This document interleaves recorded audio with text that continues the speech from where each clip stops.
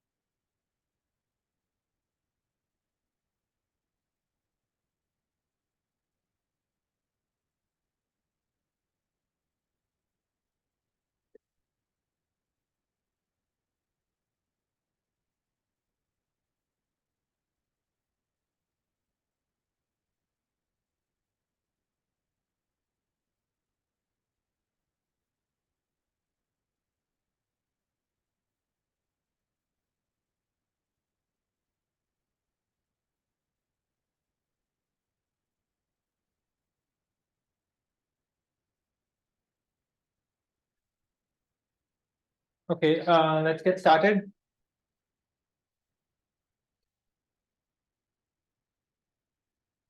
So we are on lecture 3, and assignment 1 was due yesterday.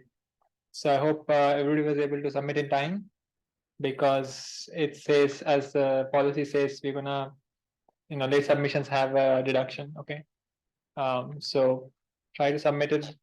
Try to submit a version at least before the deadline. Okay, great. So the next assignment is 2 weeks from now, which basically, is going to be based on the material that we'll see today and next week. And as you do the assignments, with assignment 1, hopefully you have formed your groups. And if you have not entered that information in the Excel sheet, you should do that. That Excel sheet is on the Blackboard, just one of the links on the top left. Okay. So I see some of the teams have already, listed the names, but some probably have not. So just finish that. So that's about for logistics. I'll try to revisit the assignment in a second, but I just wanted to kind of give a sense of what's the roadmap, right? So first lecture was mostly a review and maybe backdrop as a new idea. Second lecture was, okay, what is a feed power neural network, a certain type of a neural network, and some introduction to some of the terminology that we started using, activation or nonlinearity and some nodes and layers and so on. So you'll see in terms of the topics from this lecture onwards, it's going to be this lecture is going to continue what we started last time, which is the CNN. But many of the lectures, pretty much throughout the course, are going to be introducing a new canonical model each time.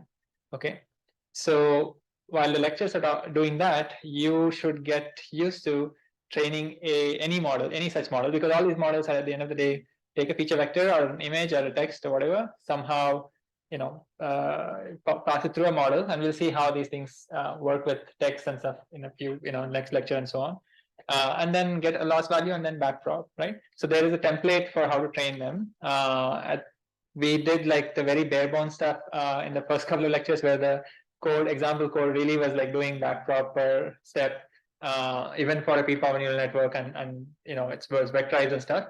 But next lecture onwards, we're going to use PyTorch, and you'll see a template of how to set things up. Okay, because now there's an extra package, how, just like you probably tried with sklearn, there's some patterns into how to how to import your data, how to represent your data, how to for example, should I load all my 1.5 million images for ImageNet into memory? Probably not. That's not a good idea. So how do you do that, right? So maybe you keep a smaller, lightweight object, which when you need that batch of images, you can go back to disk and actually get those images. Okay. So there's some ideas like this behind the scenes, but we'll see how such a pattern looks like for, let's say, PyTorch. Okay, but we are not specific to PyTorch as such. I mean, if you want to use some other package, you can, but the course examples are mostly going to be PyTorch. Okay. So just wanted to point out that the next few lectures, mostly each lecture should introduce a new model and how it works and why does it work for a certain type of prediction problem you're facing. Okay, sometimes prediction problems could be like time series problems. Sometimes they need to ingest text data. Sometimes they need to do other things. Okay. Let me come back to, so now what I want to do is like get to discuss the assignment very briefly, assignment 1, and then I'll come back to the lecture goals for today. Okay, so I think I should open it. Yeah.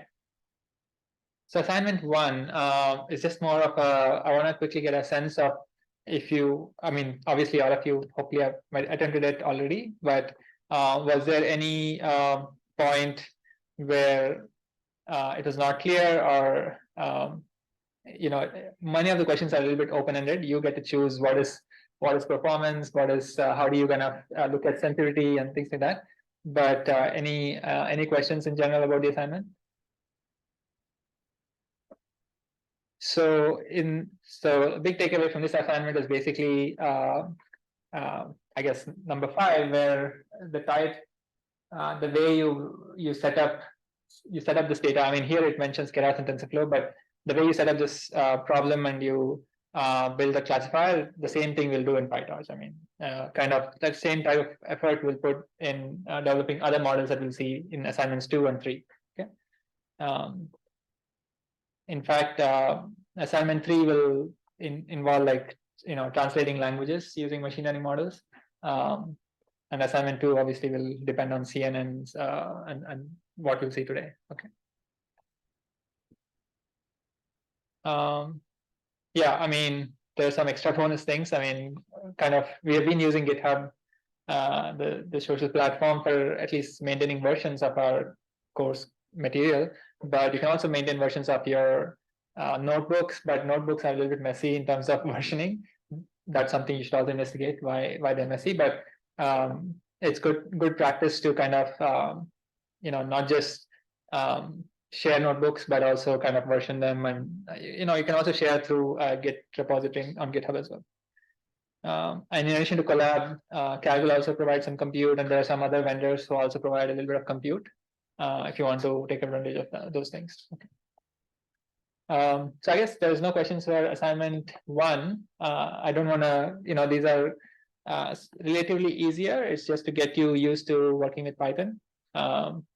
And also getting used to like a machine learning, like end-to-end. Okay, this is the data part, this is the model part, this is the definition of loss function, and so on. So it's kind of getting you. It's a warm-up assignment in this course. The other 2 assignments do cover some of the models that we'll see. If there are no questions, then I'll get over to the lecture goals for today. So everything was easy and doable within time, or not, I guess. I strongly suggest trying to do each of the assignments yourself. Okay. The group part is just so that you may be taking more courses, so perhaps the group might help. But this is an elective. You chose to take it instead of doing something else. So try to, if you want to be a deep learning, expert, maybe not at the end of this course, but in a few years, you do want to kind of dedicate the initial effort in understanding each of the things. Okay. Okay, so let me then get back to the goal for today. It's basically a transitioning lecture, because we're really not going to introduce a new network. So we last time, if you recall the goals, let's only focus on these 3. We introduced the notion of hidden layers, nonlinearities, and a few more names, and that basically essentially captured what a feed-forward network was. We went from a multi-class logistic regression model, which was just Wx plus b as the model, and then some transformations of it, right? So softmax transformation, then the appropriate cross-entropy loss function, to a model where there was a layer, and so there were 2 linear transformations happening, W1x plus b1, and then W2x plus b2, right? So instead of 2, you could have 10, and that would still be a feed-forward neural network. The word feed-forward just means, you're kind of, there's no additional structure here. It's just informally saying that everything, every neuron or every node in that every hidden layer is connected to everything before it. Okay. And then towards the second half of the lecture, we started looking at what is a convolution layer, and one of the big benefits was it was at least reducing the number of parameters. Last time we took multiple views, although if you're seeing it for the first time, it may seem a little bit confusing, and we'll revisit that with an animation today, just now, pretty soon. But this layer's advantage is basically that you reduce the number of parameters by working with a small set of filters instead of every neuron being connected to everything in the previous layer. And now instead of these layers look like tensors or cuboids. Okay, they're not like they're not arranged one below the other. They don't look like vectors anymore. Okay, if you think of layers outputs. Okay. And then towards the very end, we saw pooling. I'm going to quickly recap that again. So that was the goal for last time. So we basically transitioned from, we actually introduced 2 models last time, feed-forward network and a convolutional neural network. So we'll continue with CNNs today. But while talking about CNNs, we'll talk about many other things that go into any such deep learning model. So today's goal is to do transfer learning. And in the slides, there's one of the modes of transfer learning we haven't introduced, but we'll see an example when we get there. The second goal is to figure out how to debug these models. Okay, just like linear models, debugging is mostly, you don't really debug too much there. You kind of interpret the coefficients in a linear regression, for example, or a linear model. Here, you want to see why training did not happen, because these are non-linear models, and many times, depending on the initialization and learning rates and many other choices, you will not be able to train your network. Okay, and so that's where, when I said with feed-forward networks, you can, instead of two linear transformations, you can have 10. Training the 10 one is harder. Okay, and so it's hard. It used to be harder. It still is hard. I mean, maybe now there are reasonable defaults and things like that that can help you train a model well. But we want to kind of understand how, once you already have a model, does it work? Did some of the layers like compute random numbers and stuff like actually, useful things for the prediction, right? And then we'll look at a few bells and whistles, are actually ideas that kind of enhance or help with training and improving the model performance. Okay, so one of the ideas is related to regularization. It's called dropout. You would not see this type of an idea of dropout with, let's say, random forest or XGBoost or boosting machines in general, or linear models. But this is something, something which works for neural networks. Similarly, batch normalization is some recent, normalizing of layer outputs. So we'll see what it is and how it helps with training. Okay. And we'll also see one trick for images, at least, which is called data augmentation, which is we discussed with images. There's actually a lot of information that is kind of natural to us. You look at an image of a cat.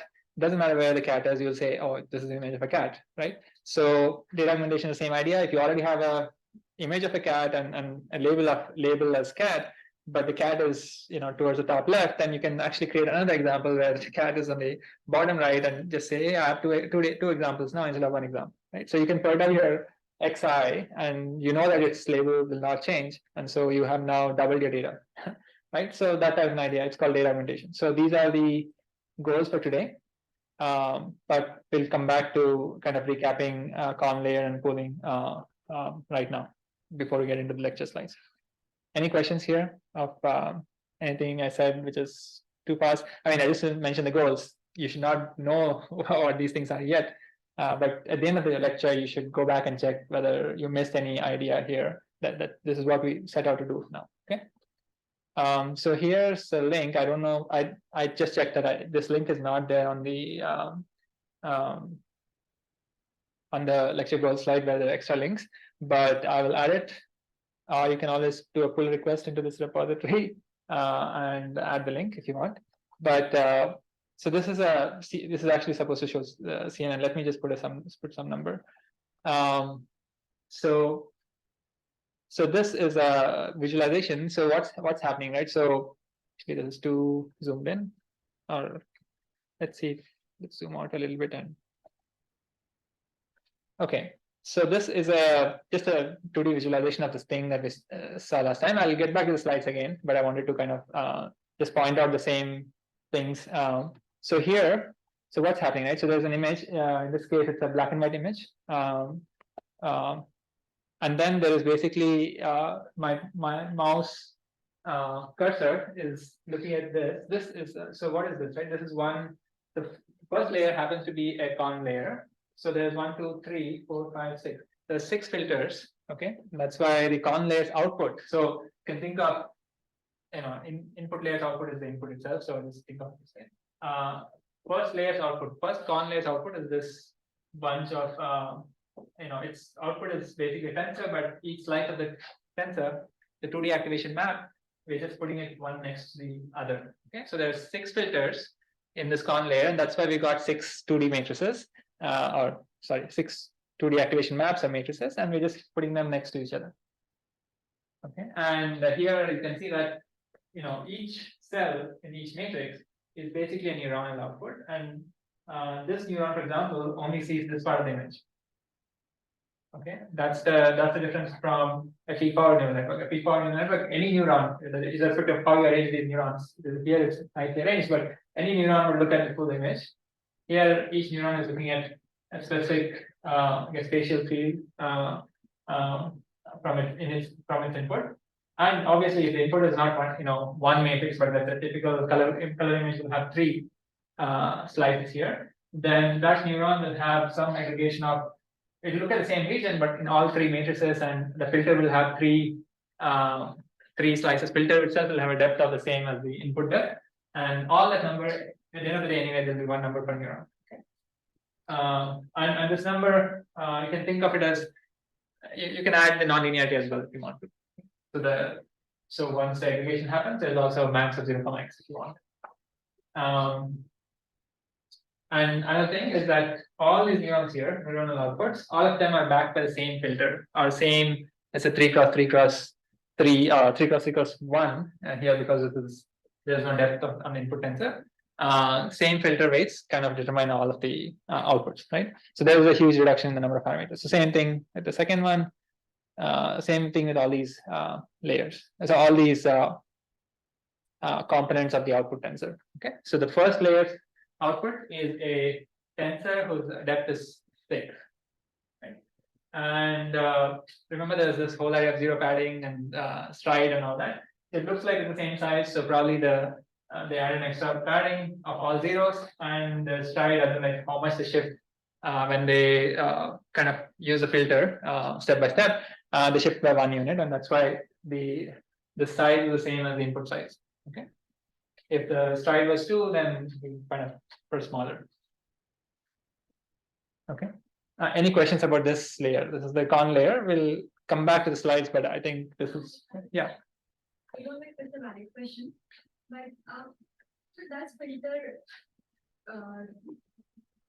affect weight and bias of the receiver, or is it the filter are the weights, right? The filter has 3x3x1 number, or 3x3 numbers. So there are 6 filters here. So 9 numbers, 9 parameters, or 9 weights and biases. There's no bias. There's one bias here per filter also. So if you think of feed-forward network, every stage going from stage to stage, there was a W matrix and a B matrix, right? Yeah. Here for con layer, for the output is a tensor, which is a collection of 6 matrices here. Each matrix is associated with the parameters, which is the filter weights and filters bias. Okay? There is no separate weight and bias from here to here. Okay, the weights and bias are actually exactly those filter weights and filter bias, filter weights and filter bias, filter weights and filter bias. Okay. So there are 6 of them. So there's 6 sets of filter weights, which are, let's say, 3x3. And But here it's not 3x3. I mean, here we don't know actually how many it may not be 3x3, yeah, 5x5 or something. Yeah, I feel like, yeah, I'm not sure. It should probably be 3x3, otherwise you don't get the same size perhaps, but it's okay, that's a minor detail. But yeah, there is no separate W, V here in this stage. There is this collection of filter weights and biases. Yeah. Any other question? Yeah. Last time I remember you said that filter, I mean, the metric filter, so they get away with random numbers there. Mm-hmm. So is there a output that should start with minus or No, filter weights initialization is the same as the feed-forward network weights initialization. There are people who investigate what is the right initialization, because that influences your training and whether you get a really good model or not. But the considerations don't change from the filter weights here to, let's say, a feed-forward. So here, these are feed-forward networks, feed-forward layers. I'm going to talk about it in a second. But their initialization, at least I'm not seeing any different way of initializing one type of layer versus the other. Yeah. So let me go stage to stage, right? So last time I introduced the con layer. So the first step is con, and then this step here, is actually the pooling step. Okay. So why is it a pooling step? You can see that there were 6 2D matrices or 6 matrices here, and there are still 6 matrices here. It's just that the width and height have been kind of shrunk essentially by half. Okay, that's what pooling is, basically trying to shrink a couple of dimensions. 2 of the 3 dimensions you have. And that's mostly just for efficiency purposes. I mean, if you just keep, you can keep it the same size and you can drop the pooling part if you want. But at least the way people built CNNs a few years ago, they wanted to have pooling. Okay. And you can say, oh, I don't need pooling. I can just drop the pooling and do other things. You can. Okay. Nobody's preventing you. So these are like Lego blocks. So you can change and mix and match as you think it's useful. So that's pooling. And then, so it's a, let's say it's a, I don't know how many are there, but 16 cross 16 cross 6, let's say. Then that's the tensor, input tensor. Again, you're doing a con layer. Okay, so this con layer has, how many are there? 1, 2, 3, 4, 8, 12, 16. 16 filters are being used there. Okay, so why 16? Why are these choices made? I mean, this is just illustration, but in many cases you have to kind of play around with this some of these choices. And actually in the assignment you will kind of use a not exactly a CNN, but a slightly improvement over a CNN, but kind of maintains the same idea. But they have made some choices, and that's why they won ImageNet or were top at the ImageNet challenge like a few years ago. And so when we in the assignment we will not train things from scratch. We'll kind of start one of those pre-trained models and do stuff, and that's basically some of the content of this lecture later. But there are some choices being made here which are there's no rhyme or reason. So these are the tensor outputs, right? So each slice of the 16 filters is one 2D activation map, and then again pooling. And then what is happening, right? So from the pooling, we are actually, once we pool, we still have those 16 slices. Now we are ignoring the structure. Okay, we're just saying, okay, at this point, let me forget whether it's a tensor or not. It is a tensor, right? But we can just stretch it out as a vector, and we should look at it as a vector in the sense that every neuron here is looking at everything, all the inputs. Okay, so the tensor, the box shape doesn't matter. It's like literally searching it as a vector, and now you are back into the feed-forward network line. So this is one feed-forward network stage. So W comma B combination, and from here to here is again another W comma B combination, and from there to the last part is again an output layer. Okay, so we have 10 classes here because we are classifying digits, right? So here everything should touch every input, and then here again everything should touch every input. So I have a question, which of these layers will have the highest number of parameters? Right, each layer has associated parameters, right? Pooling, let's say, doesn't have any parameters, but there's the fully connected ones and then there's the con ones. Which one do you think has a lot of parameters?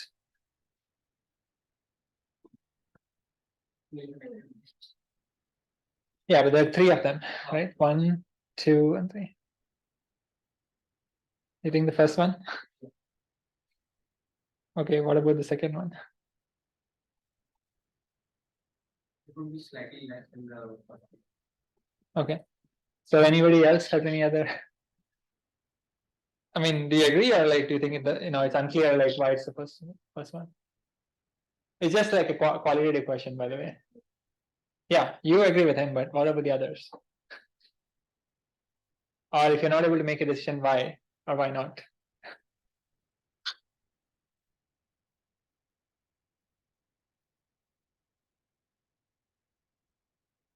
Yes. So how is the thought process, right? Okay, what is the question? Which layer has the most parameters, right? So what should be the thought process? Like, okay, let me go back. How many layers are there here? Okay, there's one fully connected, second fully connected, a third fully connected, right? 3 fully connected layers, and then the other ones are like con layers. And we agreed that okay, con layers, the number of filters is like 16 or whatever, 6, and the number of filter weights is going to be like insignificant. So let's not worry about the con layers. Now the question is, okay, between these 3, which one has the most number of parameters? Just to visually inspect, right? So the number of neurons in this one is definitely more than the number of neurons there. And if you just linearly arrange these boxes into vector, maybe it's longer than the one from longer than this one, okay, from here to here. So you can just guess that maybe that's the one with the highest number of weights. So it turns out in CNNs, the much of the bulk of weights are actually in these last few layers, and the initial all count layers really don't, are not expensive in terms of compute. Okay. Or in, like you don't need a heavyweight GPU for a CN, you only need it because you have these fully connected layers. Okay. So let me then go back to, I think I had anything else that you should play around with this if you can remember this. Adam Harley, I think, is a professor at UT or something, but he has this visualization. So you can visit it or bookmark it, or you can want to understand this later. Okay. So actually, I should be adding this to the lecture goals. If I don't, then let me know. Okay, then let me come back to lecture 2. So actually, I will not go through the whole thing, but right, I just want to kind of recap just the column and the pool operations. Pool, as we just said, it could be just some sort of like compressing. Okay, compressing is in reducing information. Okay, I have 4 numbers, somehow I got it to 1 number. Whether I take an average or take a max, or those are some choices you can make. Sometimes you can also add parameters. Some alpha times max plus beta times average can be where alpha and beta parameters that you also need to tune with your network. You can do that. Okay, so people try all sorts of things. So I hope there's no question about the pool layers, just as a mechanism to kind of reduce the size of your tensor. Yeah. I've seen max and average pooling in practice. Is that Yeah. a preference? No, many of the things that we're discussing, if there's a, much of this is not theory focused, so there's no particular preference that I know of. If you have seen something, maybe the people building that network found it, useful, if they were even deciding at that level. So these types of blocks, the question is at what level do you want to make decisions, right? It could be at the level of number of, number of such layers, arrangement of the layers, or it could be like the nitty-gritty details of inside the layer. There's so many choices to make, so what they should be. So, but there are a lot of choices. There's no, so many things I'll call out that there's mostly empirically decided. Okay. So okay, and then the con layer is actually like this for 3-dimensional input, as an input with depth 3. But if input has a depth 6, then there'll be 6 more matrices here, and the filter depth will also be 6. Okay. And here in this illustration, there are 2 filters. Instead of 2, you could have 10, 16 filters, like that, one of those layers that we saw. And basically what the filter does is kind of, here in this illustration, there is a 0 padding around the input. Okay. This is why do we add 0 padding? It's mostly to see if there's, if the filter, at least intuitively, one of the intuitions, it's actually not such a good intuition, is that if the filter is detecting something and it's at the edge, you want to make the filter go to the edge and not get constrained by the boundary. And so 0 padding is just a way to kind of make the filter kind of stretch over. Okay. But yeah, so if the filter has depth 3 and the input has depth 3, then basically essentially you're multiplying element wise each of the matrix and then adding them up. And then there's an extra number that you want to add. That number is again a parameter that needs to be backdropped and learned also. And that's it. So although it's element wise multiplication and addition, this operation of sliding on this matrix is essentially equivalent to a convolution operation. Okay. So convolution is a operation in predominantly you'll see it in signal processing, or you can actually see it in calculus probably as well. Basically, it's a way to combine 2 functions or 2 signals. Okay, or in this case, 2 types of matrices here. Okay, so it's a way to combine things. So yeah, so element-wise multiplication and summation. So in that sense, it's a linear operation. Okay, so just like Wx plus b was a linear operation, the act of multiplying a filter with an input and producing a 2D matrix is also a linear operation. Okay, although we are seeing it in terms of some sliding and all that. If you want to just literally look at it as like some Wx plus b, you can do that by just all these combinations can be arranged nicely into a matrix form, and you will see that it's just a Wx plus b type of an operation. Okay. Any questions about the con layer? These are the two layers we just saw last time towards the second half.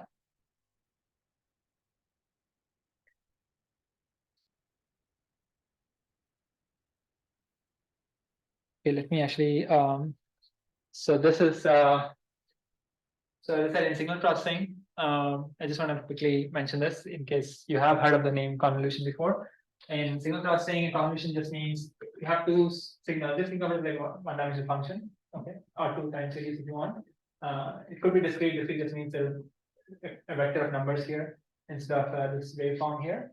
Convolution just means you kind of flip one of the you flip, for example, G in the opposite way. Flip just means if you have this vector, just this number becomes here, second number comes here, and so on. So essentially, the number instead of the peak to the left, the peak begins to the right, and then you element-wise multiply, okay? And you get the first output. Element-wise multiply the shift, get the second output. This black thing, okay? So it's just exactly the same. You flip a function and element-wise multiply with the input function, and then keep moving the red function to the right, okay? And so you get this type of a waveform. That convolution operation is that's what it is. Okay. So if you go to Wikipedia, it'll show you some integration of f of x times g of t minus x or something like that, where t is some value at which you want the convolution result. But they're all the same. Okay, so all I'm saying is the word has some relation to signal processing, and if you are interested, you can look at Wikipedia, for example, as a starter to understand why this operation interesting in signal processing and other fields. Okay, because this operation, although in our case it's matrices getting multiplied, there's continuous space versions of it, and this is one of them because we are using this is the function. But there's also discrete versions of it, which is our case. Okay? And so it's related to, for example, autocorrelation. Autocorrelation is exactly just multiply. So without the flip, right? You just multiply the function with each other. This is autocorrelation. Sorry, cross correlation is closer one where you don't flip, but you just multiply element wise. Shift the red function by one, multiply element wise. You'll get one number, and so on. That's cross correlation. That's the closest to convolution. Autocorrelation is where both the functions are the same. Okay. Any questions here? Okay, then let's actually get into our topic for today. Let me actually again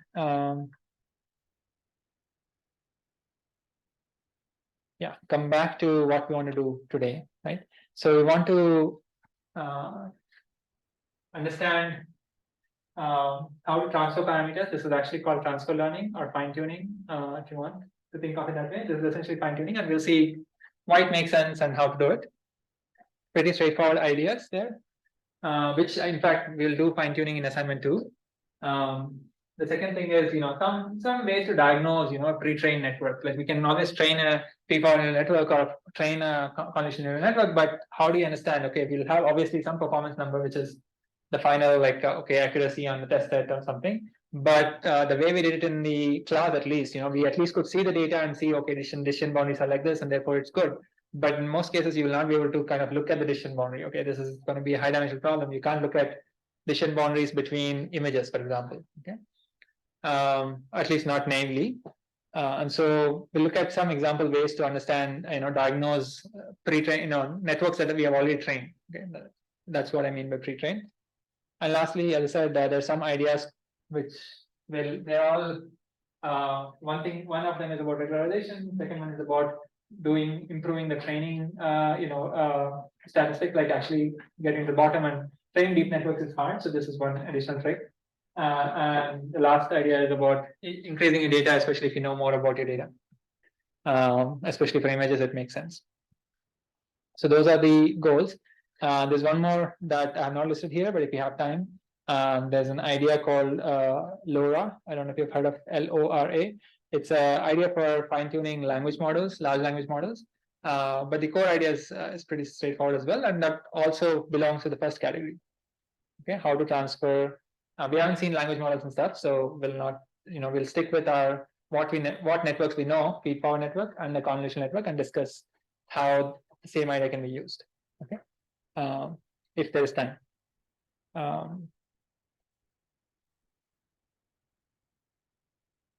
Okay, so what we'll do, as I said, first we'll start with diagnosis, like debugging first. Debugging a trained model. Like let's say we've trained a peak power network or a CNN. Let's try to understand what are some ways to poke it. Okay, we're not training anymore. We just want to understand what did it learn. Okay, not what did it learn. Did did the activations work? Did there's some of the internal statistics. Are they good or not? And the second topic is transfer learning, and the last topic is these additional ideas that improve training / performance and stuff. Okay, so I will skip the review. Yeah, the review was actually through the animation. So, okay, so one of the motivations, there could be many motivations. First of all, you want to know whether your model actually is a good model or it's way off compared to some other architectures or so on, right? So, but one of the motivations here is like non-interpretability. Like you have these peak power network or a CNN, for example. We can't really interpret much of this nonlinear function. We can always say, okay, this is the W matrix or this is the filter base that we learned. But can we try to go steps beyond that? Okay. So first of all, what are learned features in this? Once you have learned a model, but what are learned features, right? We just passed the image input as is or a input vector as is. We didn't really think of any feature engineering. So so we have to kind of open the model, right? So there are several ways to do it. Couple of obvious ways is, okay, we have a model and we have, let's say we also have the data, then we can always look at activations. Okay, here's a model, pass me data through, look at how the activations look like. Maybe some particular neuron is really firing when we have a class of interest, then maybe that's the neuron, and then the preceding neurons are the ones which are picking up some potentially interpretable features related to that class of interest. Okay, so you have to kind of really, it's like doing a surgery, right? You have to kind of have the data and the model to kind of look at activations. Similarly, I can look at weights, and we'll talk about the other three ideas when we get there. It's mostly projecting images. It's like PCA, doing a PCA. You can look at do the where do the images, how do the images, are they really getting separated through this model in terms of like decision boundaries, basically, and some other ideas. Okay, so let me not explain the ideas in the slide itself. Let's start with visualizing activations. Okay, that's as I said, for this you need two things, both the model as well as the trained data or some subset of data. What you could do, and obviously different levels of interpretation here, different levels of transparency that you can gain. Firstly, you can say, okay, are there any dead filters, especially if you're doing a CNN? Out of the 6 filters you had in the first conv layer, or the 16 filters you have in the second conv layer, are there some filters which never get, which never produce a number? Okay, so that means those filters are kind of useless, right? So these pictures, kind of are not very useful, except they're trying to show that, okay, if you pass input to the cat image, maybe some filters are kind of completely blank here. This is just the intensity of each of the 2D activation maps of the first conv layer and the fifth conv layer. It's just showing that some filters didn't activate for this input image. But what you want to do is like pass all the images and see whether all the filters are sufficient. At some, at least for some training examples, it is producing a non-zero somewhere, right? In its 2D activation map. That's what you want to. Because if it doesn't produce a non-zero number in its 2D activation map for any of the training images, that means that filter is kind of configured wrongly, or it's initialized, the numbers, current weights are kind of completely off, or maybe it's not needed for your network. Okay. And also, there's a ReLU also, which I think I didn't emphasize much, but even conv layer also is succeeded by a nonlinear transformation before it goes to next layer. Yeah. Yeah, I want to talk about the next in this the one to decide that how to Yeah, leaky relu can help. I mean, there are many choices, right? So leaky relu is just trying to still capture the nonlinearity, but is the slopes are different in the two, the positive range and the negative range. The slopes are different. Yeah, so it can help. Gradients will flow, so maybe it can help with shifting the weights of these filters better. Yeah, it can help, but I don't know. Thing is, this whole thing is nonlinear. So if that was the only nonlinear thing and everything else was kind of very well defined, then yeah, you can say that it has a guaranteed improvement. But the whole thing is nonlinear, so we can't really say. Even if you do that improvement, we don't know whether it'll have a meaningful change in the performance. Okay. The second thing is if you don't have the data, okay, you only have the model. Maybe your teammate trained it or some other team trained it in your organization. What else can you do? You can probably just visualize them because each filter is essentially, especially if it's at the first column layer, generally its input depth is 3 if it's an image, and so filters also look like images. Basically, filter also have filter depth is also 3, so you can actually just visualize them as images. Okay, this is what we did, I think, in the previous slide as well for AlexNet, because in AlexNet there were 11 cross 11 cross 3 filter size, and there were maybe 96 of them at the first column layer. But they just tend to kind of, at least they should have these types of patterns. It just means that they should be detecting some edges, some color contrast, and things like that. Okay, if you haven't even gotten this type of remember we start these filters with like random weights, so they should look like completely noise, and hopefully they converge to something at least this. Okay, this doesn't guarantee that your network is learning anything meaningful, but this is at least better than like you didn't get stuck in some of the initial like values themselves, which were pretty random.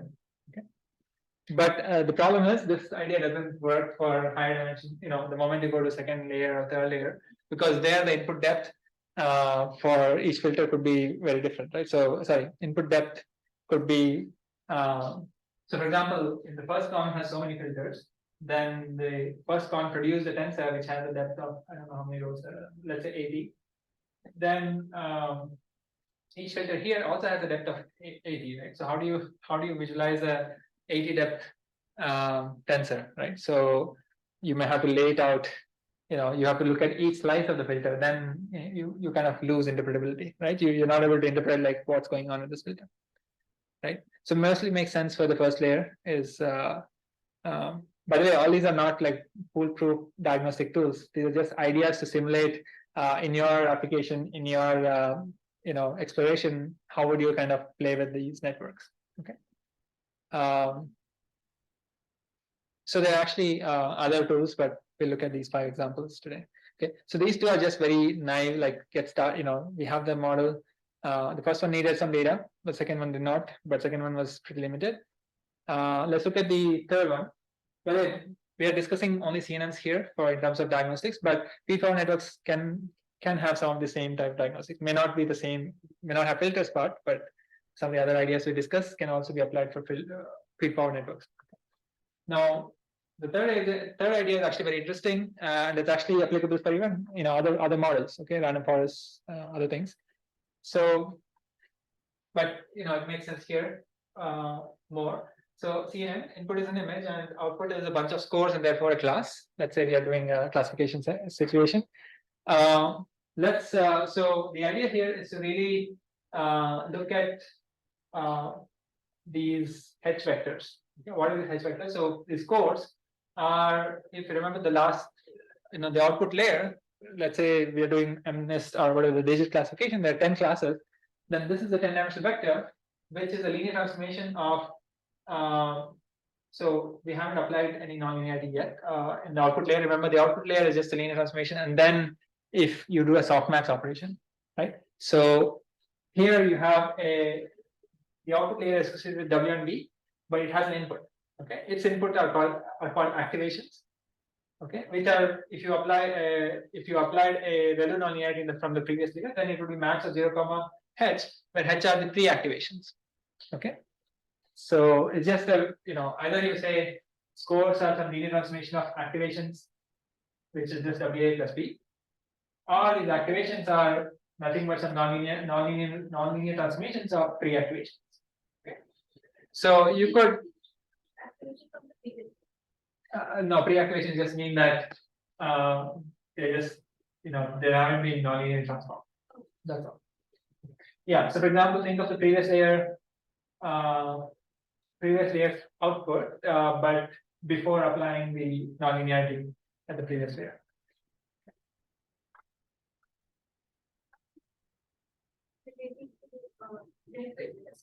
Yeah. So let's say we have 6 filters and out of 6 filters, we are ready. Yeah. So what should we do? I mean, what should the next step be? How should we address that problem? I mean, you can just delete those filters if you want. Or if you have the opportunity to retrain, because after doing this analysis, you saw dead filters, then maybe the initial values that the dead filters you started with, the filter weights and biases were not in the right range, because of which, especially with relus, you were always in the negative part, and so you never gradient didn't pass, and so they just stuck with zero value, whatever the current values they had.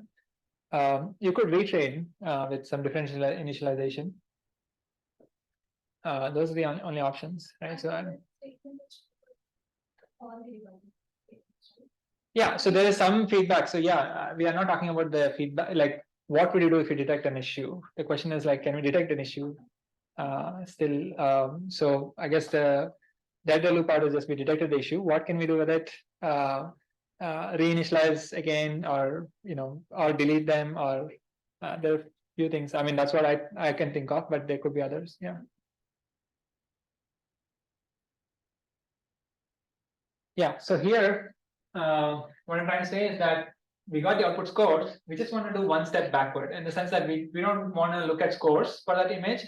We care about either the activations or the pre-activations, okay, which are just the ones we computed right before we did a linear transformation to get to the scores. Okay, so either you can think of A or H to be like a representation of the input image. Okay, I mean, the difference between them is just a nonlinear operation. So what we're gonna now start doing is like we just interpret. Okay, let's call this a representation or a vector embedding or a vector which represents this image. Okay, because once this is the because this is a representation of the image, because after that it's just a linear transformation to get to the scores. Okay, so it's like if you're just doing linear regression, or sorry, logistic regression, then you pretty much start with, if you had a vector for that image, okay, if you already had a vector for that image instead of the image, then logistic regression, you just do this transformation, right? You just do wx plus b and then do a softmax exponentiation or whatever, normalization, and then just pass it to your loss function, complete the loss function. So this A, it's as if like the A vector is the is a representation or a vector representation of the image. The image itself is like a 3D tensor, right? But it's as if like it went through some transformations and then you got a vector, which essentially is like a vector representation. I mean, which is essentially is a representation of that image. Okay. So okay, what is the idea, right? So this is an idea, by the way. This is not unique to this debugging view that we're taking in this slide and the next slide.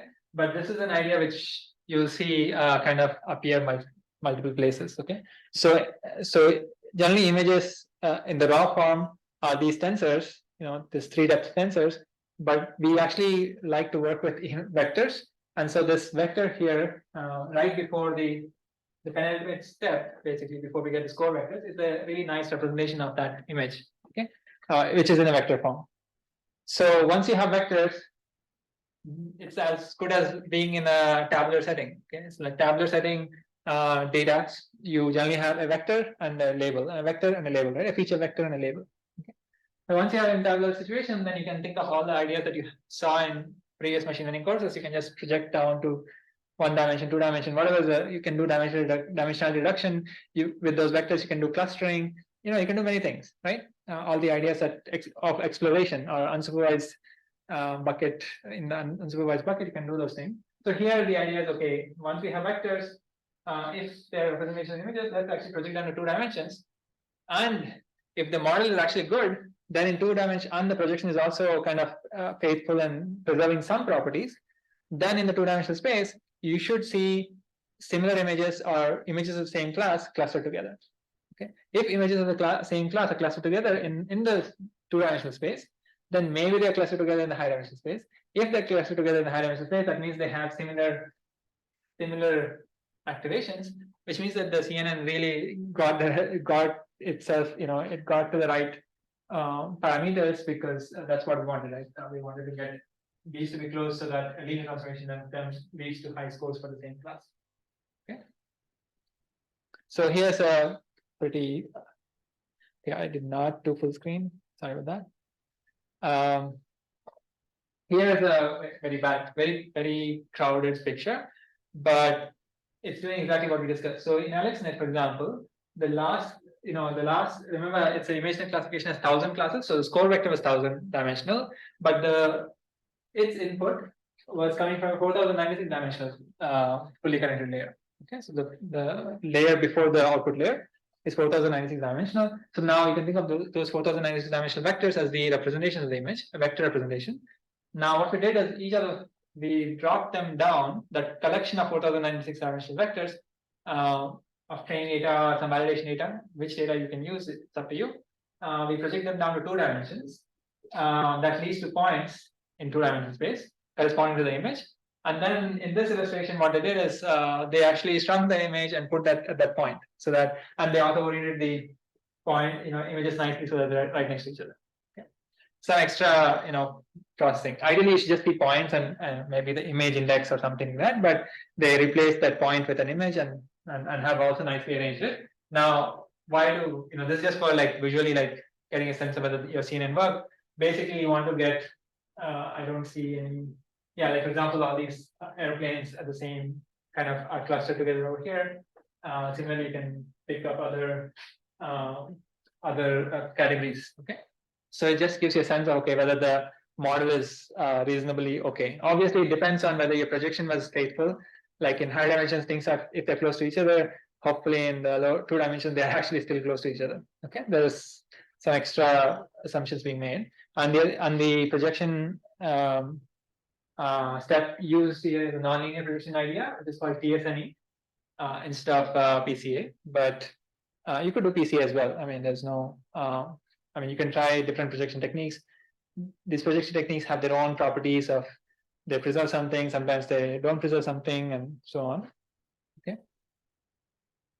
So this is just a visual inspection of whether your model is roughly working or not. Any questions about this? And there's something you can do with any other model as well.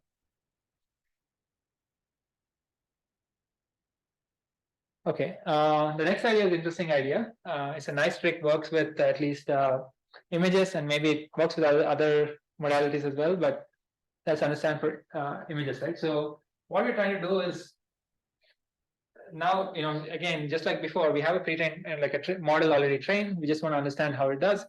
In the previous case, we passed through all, bunch of images, maybe all the training data to get those representations and project it down. Here, we want to take some example images, some representative images, and really understand whether the right interpretable features in that image, like we can see, okay, if there's a dog, the dog has to have 2 eyes and all that. Are those the features that are actually leading to the classification of, saying that it's a dog? Okay, we just want to take some representative examples in our data and just see, is that, what are the actual features in that image that are leading to the right class? Okay. And so what we do is actually plot the probability of class of interest. Let's say it's the probability of a dog. Then we'll get a plot of these probabilities. So these numbers between 0 to 1, we'll get many such numbers by occluding the image, as in like changing the input image. Okay. So this is the canonical image led to a dog classification. You want to say, hey, if I change this image a little bit, it still lead to a dog classification. If I change it a little bit more, it still lead to a dog classification. So by doing that process, we'll kind of understand which features did the model pick up to say it's a dog. Okay, so let's look at it from this example. Let's only focus on this left column. So firstly, mechanically, let's not worry about interpreting the things here. What's going on? This is the canonical image without this gray thing. Okay, it is this label. Okay, in ImageNet, dog breeds are also separate labels. Now, what we're trying to do is just like filtering that we did in CNN while training, defining the model and training. Here, we're not doing anything like that. We are basically occluding, as in making a part of the image completely zeros or some default values, and then saying, okay, now this is a new image. Tell me what the probability of dog is, or probability of Pomeranian is. Okay. If I occluded this part, I'm going to put a number somewhere in here. If I occluded the top left part, I will put a number over here, and I keep moving the occlusion. If I keep moving the occlusion, it's just like a filter operation. Keep moving the occlusion, do a forward pass, get the probability, and put it right next to each other. Okay. So each of these numbers, each of these cells in this bottom matrix is actually probability of being the class Pomeranian, right? So, and then the intensity. Now let's interpret this image. Right? The intensity, if it's a probability, it should be a number between 0 to 1. 1 means you are very confident that it's a dog, and 0, which is close to red here, means you don't know what class it is, or the probability of dog or probability of Pomeranian is pretty low. Okay, so you can see that if you occlude, so actually I'm off here. So if you red is high, red is close to 1, and then blue is close to 0 in terms of probability of being Pomeranian. Okay, so if you can see, if I occlude the top left part of the image, the probability of Pomeranian, is pretty high. Okay, red means high, blue means low. I didn't write it here in this slide. It's still high, right? So because this part has nothing to do with whether it's that class, right? But you can see that if I occlude here, then the probability of being in that class is very low. Okay, so what do we, through this exercise, what do we learn is basically, okay, maybe it is actually picking up some features here, some transformations of this part to say that it's actually a Pomeranian and not something else. Okay, obviously you can't do this for all the millions of images you have. I mean, depends on the application, but this is just a exercise to kind of take some representative ones and try to see it's actually picking up the right features to say it's of that class. Now let's talk about this, right? So here we have a part of a vehicle with a wheel, and the true label is wheel. Right? Obviously, if you occlude the wheel, like parts of it, basically with this gray box here, it's saying, probability of wheel has gone down. Okay, that you can see. But it's also saying that the probability of wheel has gone down if you occlude this part or this part. Okay, so it's picking up on things which are not currently the current model weights. Okay, are picking up on things which are nothing to do with the wheel. Okay, so that means you may have to do something here. Okay, with these types of images, either you have to pre-process them, or you change the label to not just say it's not just a car wheel, but also some car body plus wheel or something. So you have to do you have to do some fix. Okay, if you're not satisfied with this, if you yeah. And the last one is again occluding the dog. If you occlude the dog, obviously the probability of gunhound goes close to 0, but it's also going to 0 when you occlude a person of somewhere over here, which should not, doesn't make sense. Okay. Any questions about this?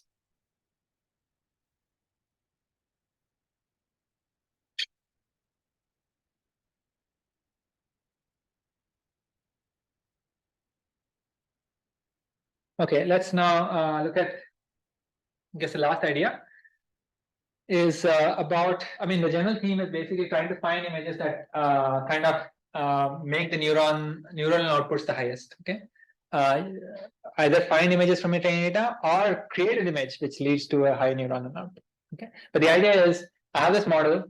I know that maybe we want to assess, like, let's say for example the neuron related to the first score coordinate. Okay, maybe it's class Afghan hound. The question is, what types of input lead to a high value for that neuron? Is it just Afghan hounds? Is it something else? That's what you want to figure out. Obviously, in your training data, you can pass each of the training data and see which types of inputs lead to a high value for that neuron. Obviously, if the network is learned well, only Afghan hound related images will lead to a high value there, and everything else should be low. But you can also ask, what is an image which is not in the training data, which will lead to the highest value there, and that's what we will do first, and then we'll go back to the images. So we'll start with random noise. Okay, so here what are we doing? We need an optimization tool here. It's not just visualizing things. So what we do is we have this pre-trained network, the weights are frozen. What we want to do is find the input that maximizes a neuron's value. Okay, that is an optimization problem. So it's max over all inputs. All inputs are what? All 3D tensors or 3D arrays. By changing these numbers, find me the best, tensor that leads to a high value for a particular neuron. Okay. Particular neuron is just an f of some function, but one coordinate of it, right? So it's a function. You can do actually gradient ascent in this case, since you're maximizing, to find what is the best input. Okay, but if you do it naively, it turns out you can't really it doesn't work. So you have to start with some natural image prior. It just means you don't want to start with random numbers here. You start with some numbers which are which kind of come from like natural looking images. Okay. And so I don't think you can make much here, but you can start seeing some patterns. Okay. Actually, let's look at the next page, which has or the next slide. So we did. Let's say you did the gradient ascent. Okay. Remember, you're not training the weights. You're finding the best this 3D tensor. Okay. This input. This apparently is the best input that leads to the that neuron related to the class goose to be the highest, take the highest value. Okay. Right. So this clearly doesn't look like a goose. It's like a concoction of like goose-like features, right? Multiple at multiple locations. Similarly, this is also like that, right? It's not a natural image. Okay. But it gives you a sense of what types of features are expected at the input side to kind of trigger this neuron to get the highest value. Okay, so you have a CNN which has trained on these real images. If you actually feed this crazy image, it will still say it's a goose. Maybe that's a desirable property, maybe it's not. Right? It probably is not a desirable property, perhaps.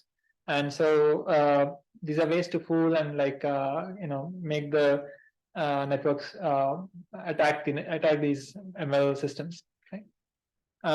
And why only visualize with the one neuron, which is the scoring related neuron? We can also look at some representative neurons at each level if you want, each layer if you want. Okay, and so here are some images for.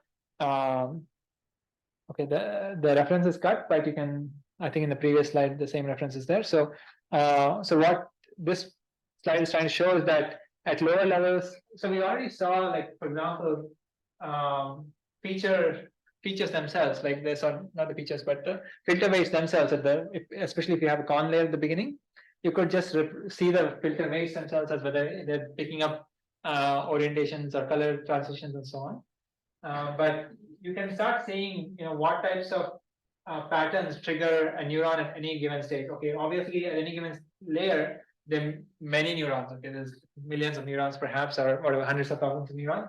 Here is an example of few neurons, and just seeing what type of patterns triggers it the most. And you can see that as you're going from bottom to top, you get more complex patterns triggering that neuron the most.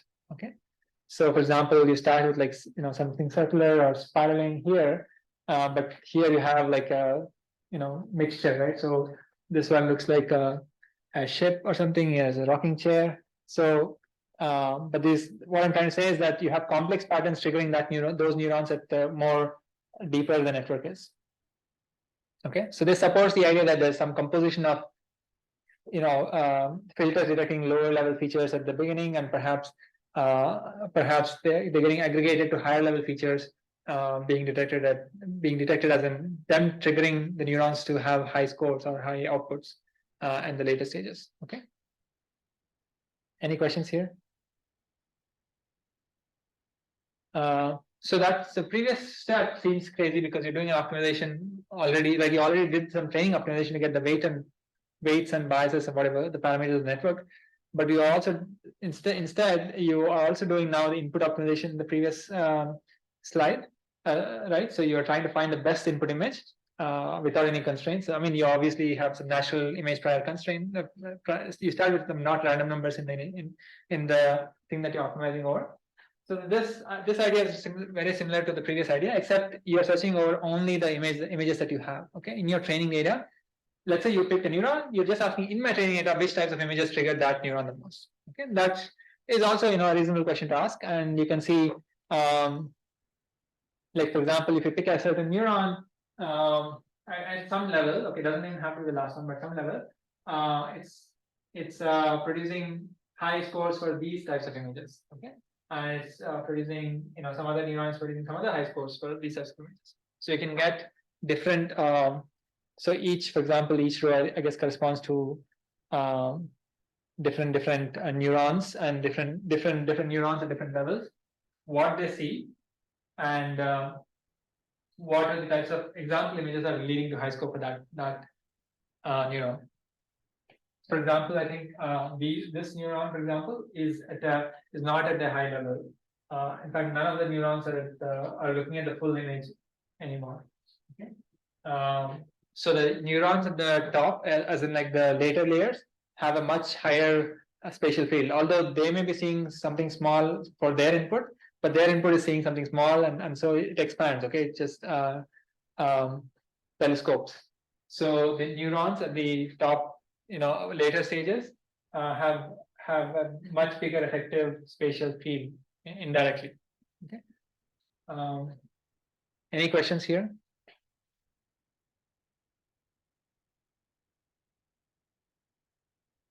Yeah, so receptive fields of some neurons. So this neuron is not in the center, so perhaps it's not looking at everything. Whereas some neurons are in the center, so they will see bigger parts of the original input image. But it's kind of hard to do this and track everything. But yeah. Any questions? Yes, that's a slide. But basically, what we saw is if you have a pre-trained model, in the linear case, it was not complicated for sure, right? Linear regression, for example. But as you get to more exotic models, including random forests and gradient boosting machines and so on, you have to understand, like, okay, what is it picking up? What signals is it picking up? Or are some trees dead? Or in this case, some ReLUs or some filters which are dead and so on, right? So there has to be some diagnostics that you want to run.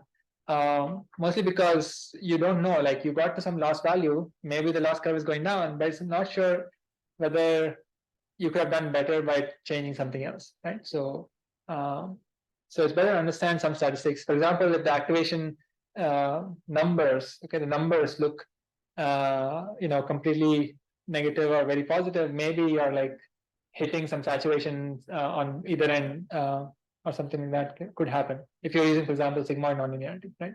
So you remember there are saturations at the both ends, which whereas in the max 0, x, that was not the case.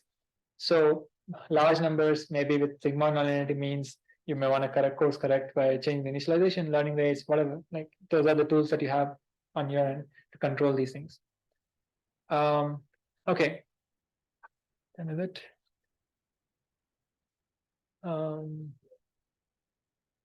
Okay, let's start with transfer learning and then take a break. Okay. So transfer learning is a pretty natural idea, and it's probably easy to grasp. The core idea is we don't want to do training from scratch. Okay, so especially in business settings, there are already like a huge collection of models out there, which previous set of researchers or labs or different organizations have already put in a ton of work to curate and build these models. And some of these models have license restrictions and so on, but nonetheless, somebody has put in a work to kind of tune a reasonably good model. You don't want to throw away that work if possible. Okay, so at least in many organizations, many of these networks, I wouldn't say the first statement is a little bit not clear, but sometimes you get away with not training a model from scratch. Okay, so you don't really. So when people think of neural networks, okay, they always think, okay, I need a lot of data. But first, in case your problem is very close to some pre-trained network, then you don't need data. In fact, you don't even need any data to do that classification, especially if your classes also overlap. Okay. So we'll see three approaches, actually two in the slide and one in terms of code. So we'll see approaches where if you have lesser data, you can do a couple of things. Both are actually just ends of a spectrum. So one of them is just feature extraction, fixed feature extraction, which is first we'll see, and then the second idea is to fine tune, which is actually trying to change the weights. Okay, both of these are loosely termed as transfer learning, but there are actually many other variations of transfer learning problems. So let's just to caveat there, we'll just look at these two, okay, in the context of our prediction problems, the supervised learning problem. So feature extraction is a very natural idea. It's very similar to that, projecting the activations to 2 dimensions and then looking at whether things cluster, classes cluster. So here the idea is, okay, you get a pre-trained network. So ResNet has been what we've been seeing. There's another network called VGG. Okay, VGG stands for, I guess, Visual Geometry Group. It's a lab in Oxford. They also had a network that did well. But anyway, so you already have a network that's trained, let's say on ImageNet. Then it doesn't matter what your problem is. Let's say your problem is a slightly different classification problem. Okay, maybe not the original 1,000 classes, but just cats versus dogs. Okay, whereas the original one had that Pomeranian versus Afghan hound versus something else versus something else. What you do is just get rid of that last 1,000-dimensional fully connected layer, basically, so that you don't compute the score vector, but just the activations, which is exactly just being shown by dropping the last fully connected layer, basically dropping the last linear transformation, and that's it. And then for all the new data that you have, new training data that you have, you can just pass them through this part and get their activations. Okay, so and that's it. So you train data, get those activations, and those are your feature vectors for your data, and that's it. And then you can apply any simple. You can also use a neural network, but you can also apply any other modeling approach, which just takes a feature vector and produces a class. Okay. So this image is, the takeaway is this is the actual picture for AlexNet. We have been mentioning this network since lecture 1, the one which did really well in 2012. So this is the last but one layer. This is the 4,096-dimensional vector in the last but one fully connected layer that they had. You can just take that as the representation of that input image, of representation of your trained data's images. Okay. You can also call the word embedding. You might have heard the word embedding many places. Embedding is to embed in something, generally a vector space. That's how the word comes. But just think of it as a vector. Okay, some vector representation of something that was originally not a vector, perhaps. Okay. So considering my feature extraction, just that you think of keeping. You think of keeping all these layers weights the same because they're not really doing anything, and you can add a new fully connected layer if you want to do just logistic regression at this point because you already have a vector. You can just do one fully connected layer, and then you can just do multi-class logistic regression. So you could do cats versus dogs, or something else like airplanes versus houses versus chairs or something. You can just change this fully connected layer will have now the appropriate number of scores instead of the original 1,000 scores. Okay, and so this whole thing is just a black box. It's just producing, given an image, it's producing a vector. Okay, we don't really care anything more from it. Okay, and this makes sense. So the question is, do you only have to do drop the last one? You can also drop the second last one, and so on. Depends on how similar your problem is to this ImageNet problem. Okay, if it's not similar, maybe you drop. You can chop off more of the CNN, this pre-trained CNN, and then think of that remaining part as the feature extraction part. Okay. Any questions here?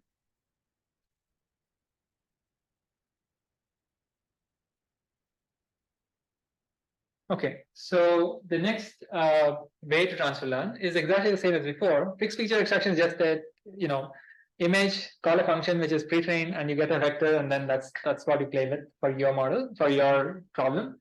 The slight improvement over that idea, or not just an improvement, not exactly an improvement, but an alternative potentially, is to actually start with a pre-trained network. Obviously, change the fully connected layer to something else if you're in a different problem. Let's say two class problem instead of 1,000 class problem. But then what you do is slowly, you'll anyway learn the weights of the last polygon layer because they're initialized random numbers. But you can also slowly change the other numbers.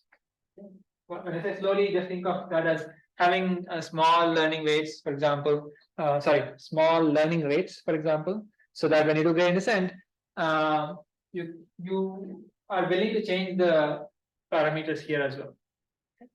So that's different from the fixed feature extension where we didn't want to test that. It was just a black box for us and frozen. Here we are willing to kind of change some of these numbers. Maybe the one before it we are willing to change. Maybe the previous ones we are not willing to change because they are low level features, and maybe we should just keep them fixed because they were trained on large data, perhaps. Okay.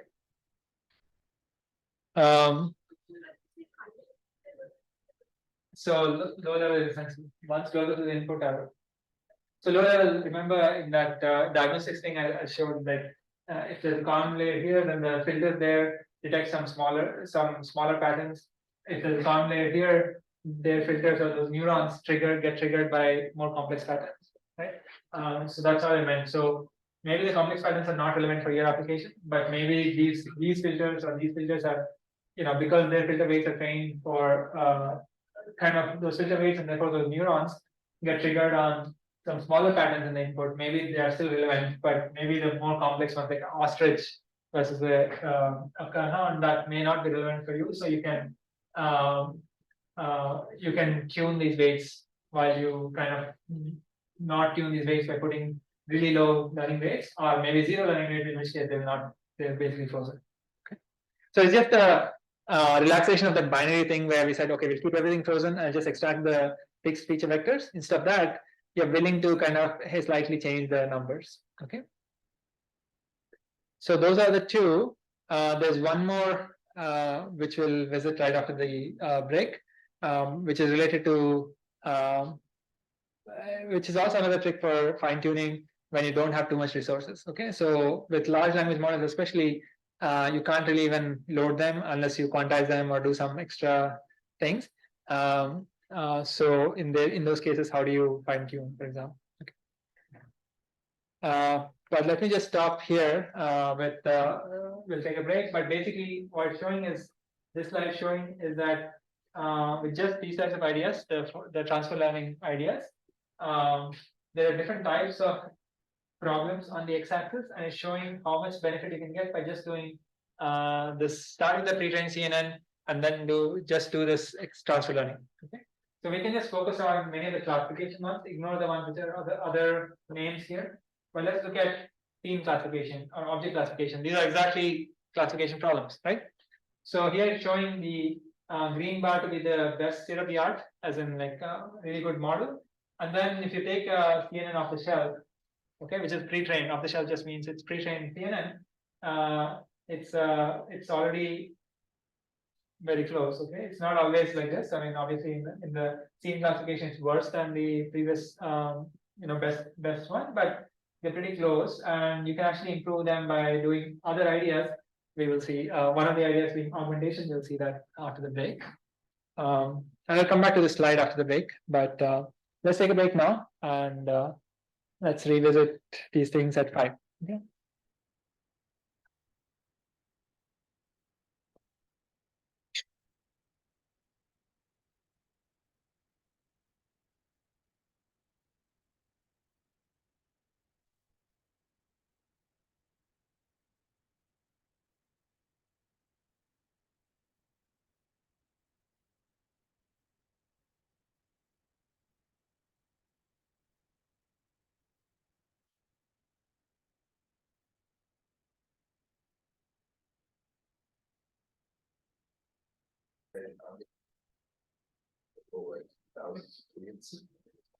Okay, let's get started. So instead of so where will we?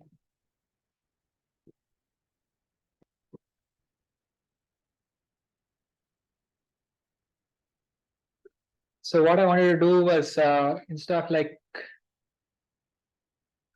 covering the third portion, I'll probably cover it next lecture. I want to spend a little bit more time on transfer learning and some code to kind of get you oriented for at least the first question in assignment 2. Okay.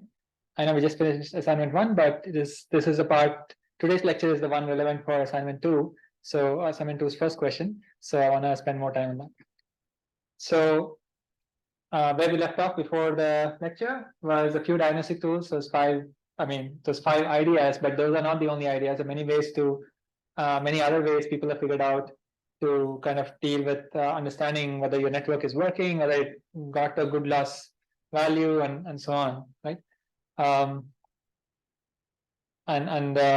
Then we did briefly looked at transfer learning, which basically we said, okay, if there's a pre-trained model, then we can actually just use the pre-trained weights. Either we can just not worry about whether what weights they were and not touch them, just get the features extracted for images, for example, and then just use them for a shallow network like a logistic regression model or whatever. Or you could slightly change those weights, and that is the harder part. Like, how do you slightly change the weights? You have to kind of then recreate the full training script, except the learning rates are going to be smaller for some of these, these weights to be changed. Okay, so that was fine tuning and transfer whatever fixed feature extraction. They make sense when you have really small data and you just want to, but you want to rely on some pre-trained network, pre-trained model, because it's it has been trained on a really large amount of data. Okay, like ImageNet, for example, is much larger than the 100 or 500 images you may have for your specific application. So the third part we will skip for now because we want to spend a little bit of time on some of the things that we saw today. So the first thing is this TSNE embedding. Okay, so this is you guys can go over the multiple packages. I think sklearn is the one whose TSNE plotter we are using here. TSNE approach we are using here is just a way to project your data down to lower dimensions, a nonlinear projection. Okay, so instead of this, you could have just done like PCA, for example. Okay, so this script, this is there in the examples folder in the repository in our course material. This script and all the scripts that we're seeing here are essentially in our repository, or there should be a link on the lecture goals. So this script is just saying, okay, let's just look at, let's not do any training. Okay, no training at all. Let's just look at MNIST data. So here's we're fetching it from a helper function, but it's fine. I mean, somehow you get the MNIST data. And so what does the X and Y look like? So here's the example. So here we've just chosen some 1,000 examples. So we're only picking X and Y to be only 1,000 of the full data set. If you remember, the full MNIST data has a lot more images. And if you look at shape of X and Y, you can see that it's 1,000 cross 784 and 1,000 labels, and the labels themselves are these guys. Okay, so 0 to 9, and so X is actually very similar to the data sets that we've been seeing in the previous lecture. So X is exactly one example per row, and there are 1,000 rows. So each example is just even though it's an image, it's a black and white image, so you just vectorize it, and so you've gotten this, instead of a 28 cross 28 matrix or this image, black and white image, you have 28 times 28 dimensional vector, which is 784 dimensional vector, right? So image 3 and image 8, for example, will have some long vectors, right? So all we're doing in this is just an exercise in trying to play with TSNE. So we import TSNE, and we generally want to say what is the dimension, what is the lower dimension that we want to project it to, project the data to, and then just like much of the sklearn's pattern, you do fit transform type of an operation. Here it's fit underscore transform, and you get a lower dimensional embedding or lower dimensional representation or lower dimensional vectors for all the higher dimensional vectors, right? So basically, what dimension did we go from? It's 784, and what dimension did we get to? It's 2, right? And then we can just plot it, right? So we just plot the input data, but just projecting down to lower dimensions. So here's just some plotting script from Matplotlib. This is something that you should play around with to see how it's done.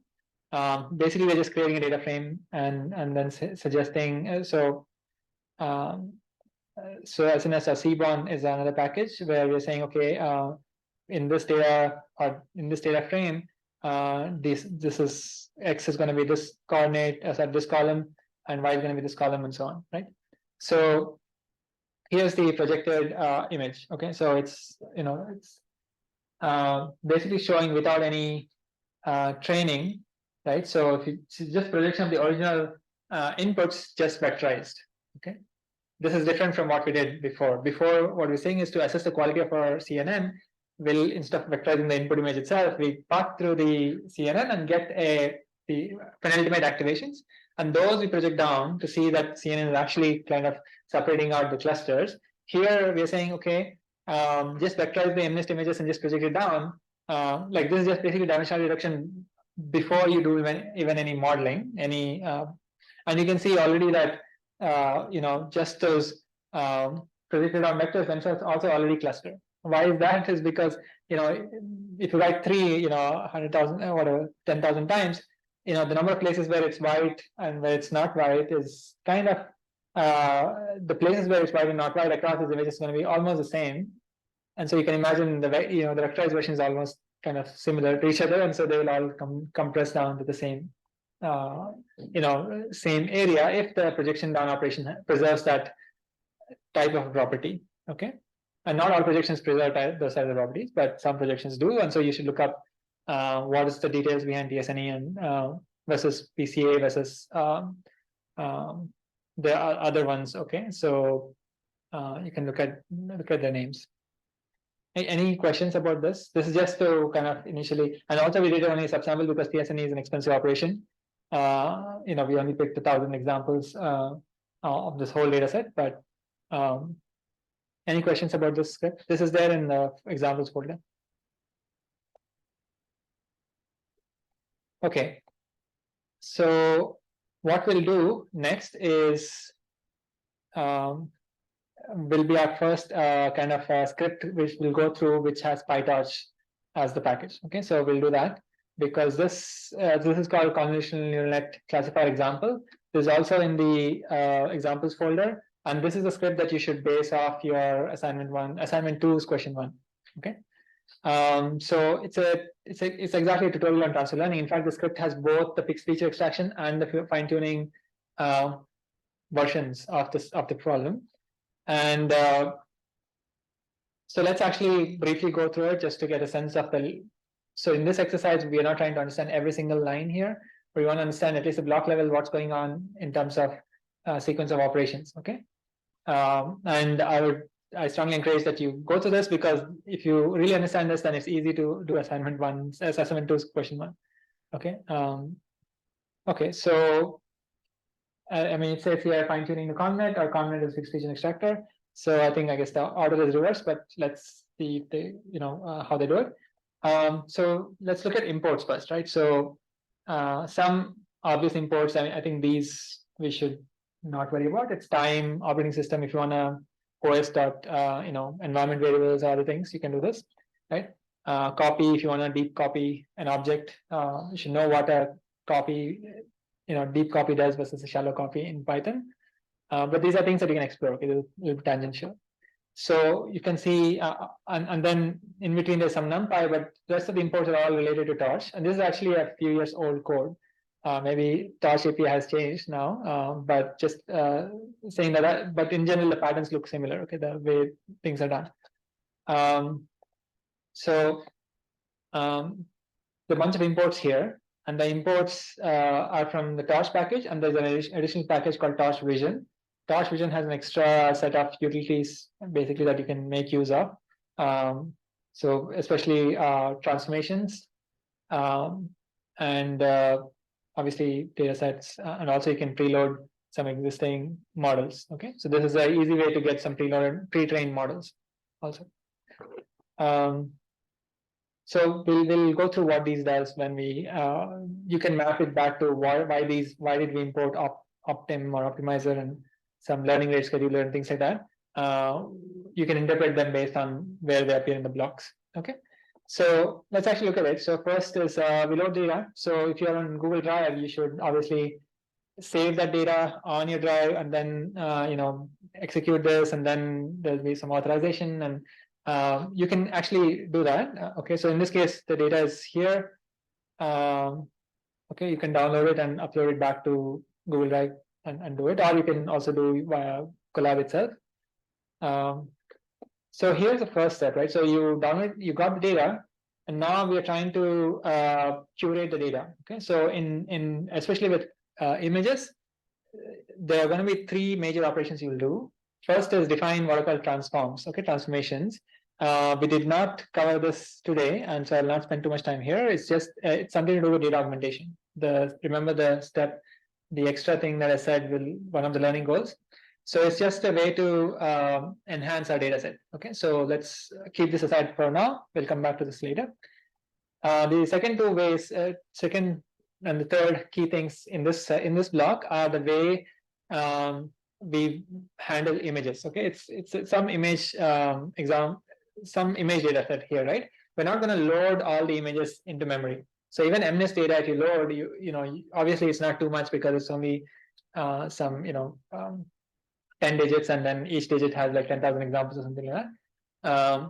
Here, but that's really small images. If you have a 1 megapixel size image, which is a 1,000 cross 1,000 pixel image, and if you load 1,000 of them, you already go into gigabytes type of a regime. Okay, so instead of loading them, what you do is define a couple of objects called datasets object,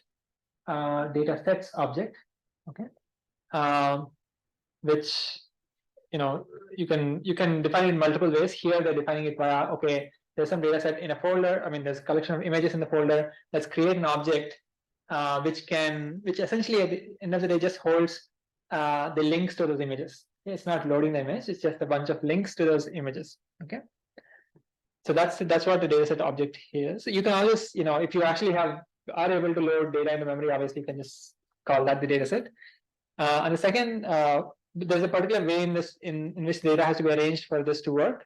But you can look up the dataset object in the Torch Vision package to learn more about how should the data be. I mean, should be, because you want to have class labels and the image together, right? So there's some way in which you organize it.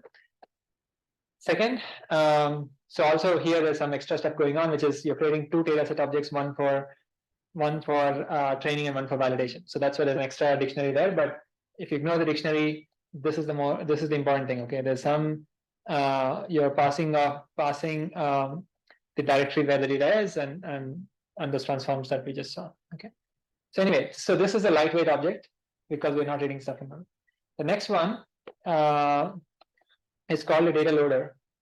Okay, this is something that you'll keep coming across in multiple PyTorch scripts in this course, in your projects, in your assignments, assignment 2, assignment 3. This is a way to batch your data. Okay, so in the sense that at some point you have to read the data, right? The dataset object is not doing that because it's just keeping some reference to that. So at some point you read the data. So data loader is a way to get the batch that you care about. Instead of 1.5 million images in ImageNet, let's say you only care about 256 images for now because you want to do a gradient descent with just 256 examples. Then data loader is a way to get those 256 images at one time. So it's like an iterator. You just get a batch of images.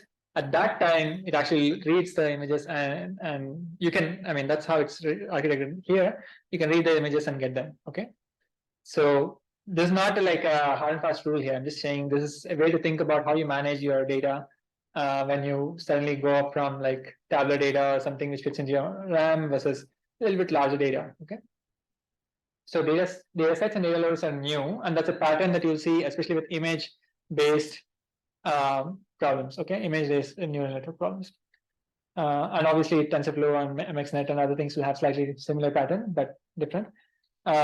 Next, it's just a helper function. It's not critical, but you can just see what the example data set. I mean, you can always go to the folder and see it. So, so in this script, we're doing a 2-class classification and SysSVs, but we want to do it with the ImageNet model as a starting point. Remember, we are trying to do transfer learning. ImageNet has 1,000 classes. It has, I don't know if it has ANDs or Bs, but we want to adapt it to ANDs versus Bs. Okay, that's the objective here. And how do we adapt it? We do fine tuning or fixed feature extraction.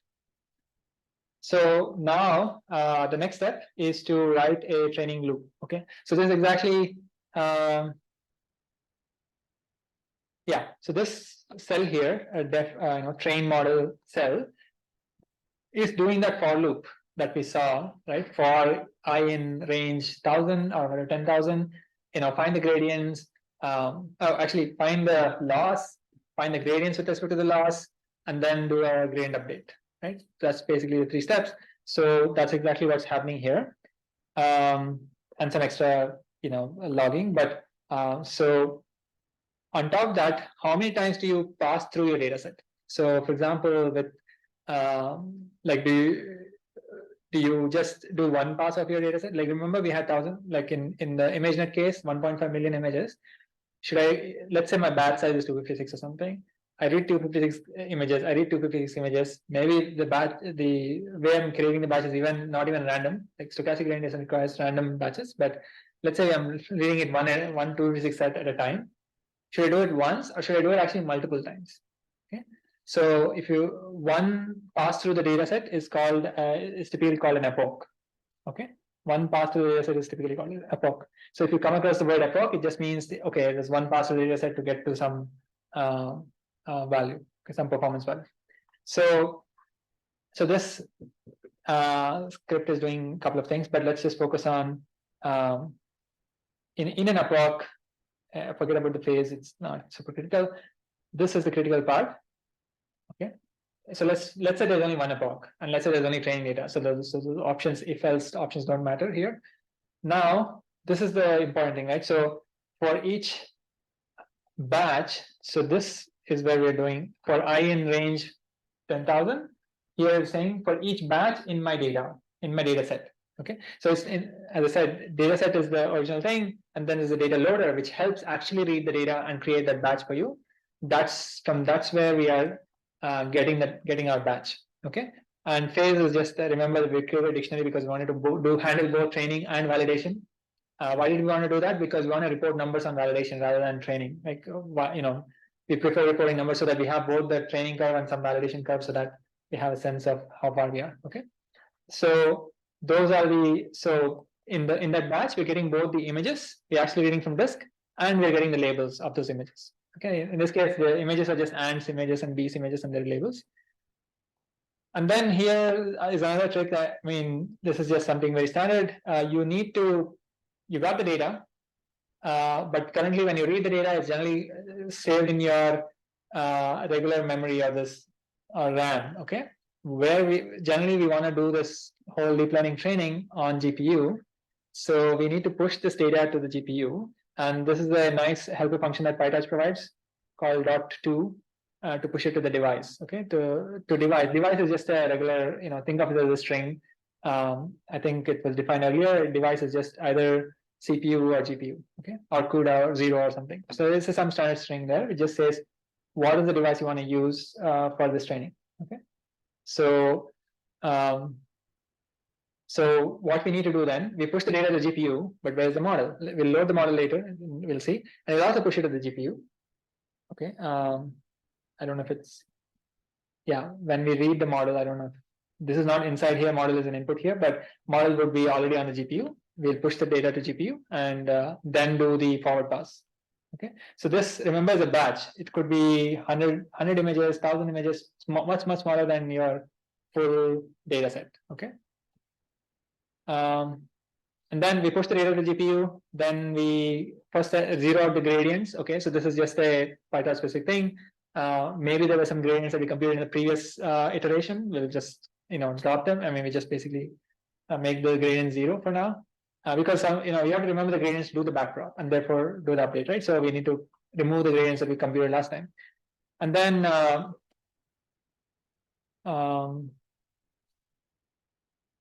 yeah. So enable the gradients, first compute the outputs. Okay, which is outputs are exactly the scores. Okay, and the max of the outputs is basically a prediction. Remember, argmax of I in the first lecture we saw that if you have scores.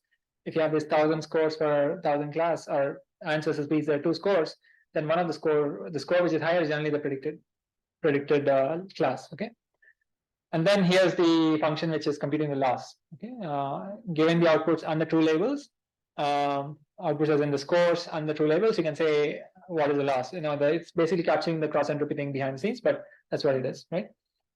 Now, if you are in training, you can compute the gradients of this for this batch.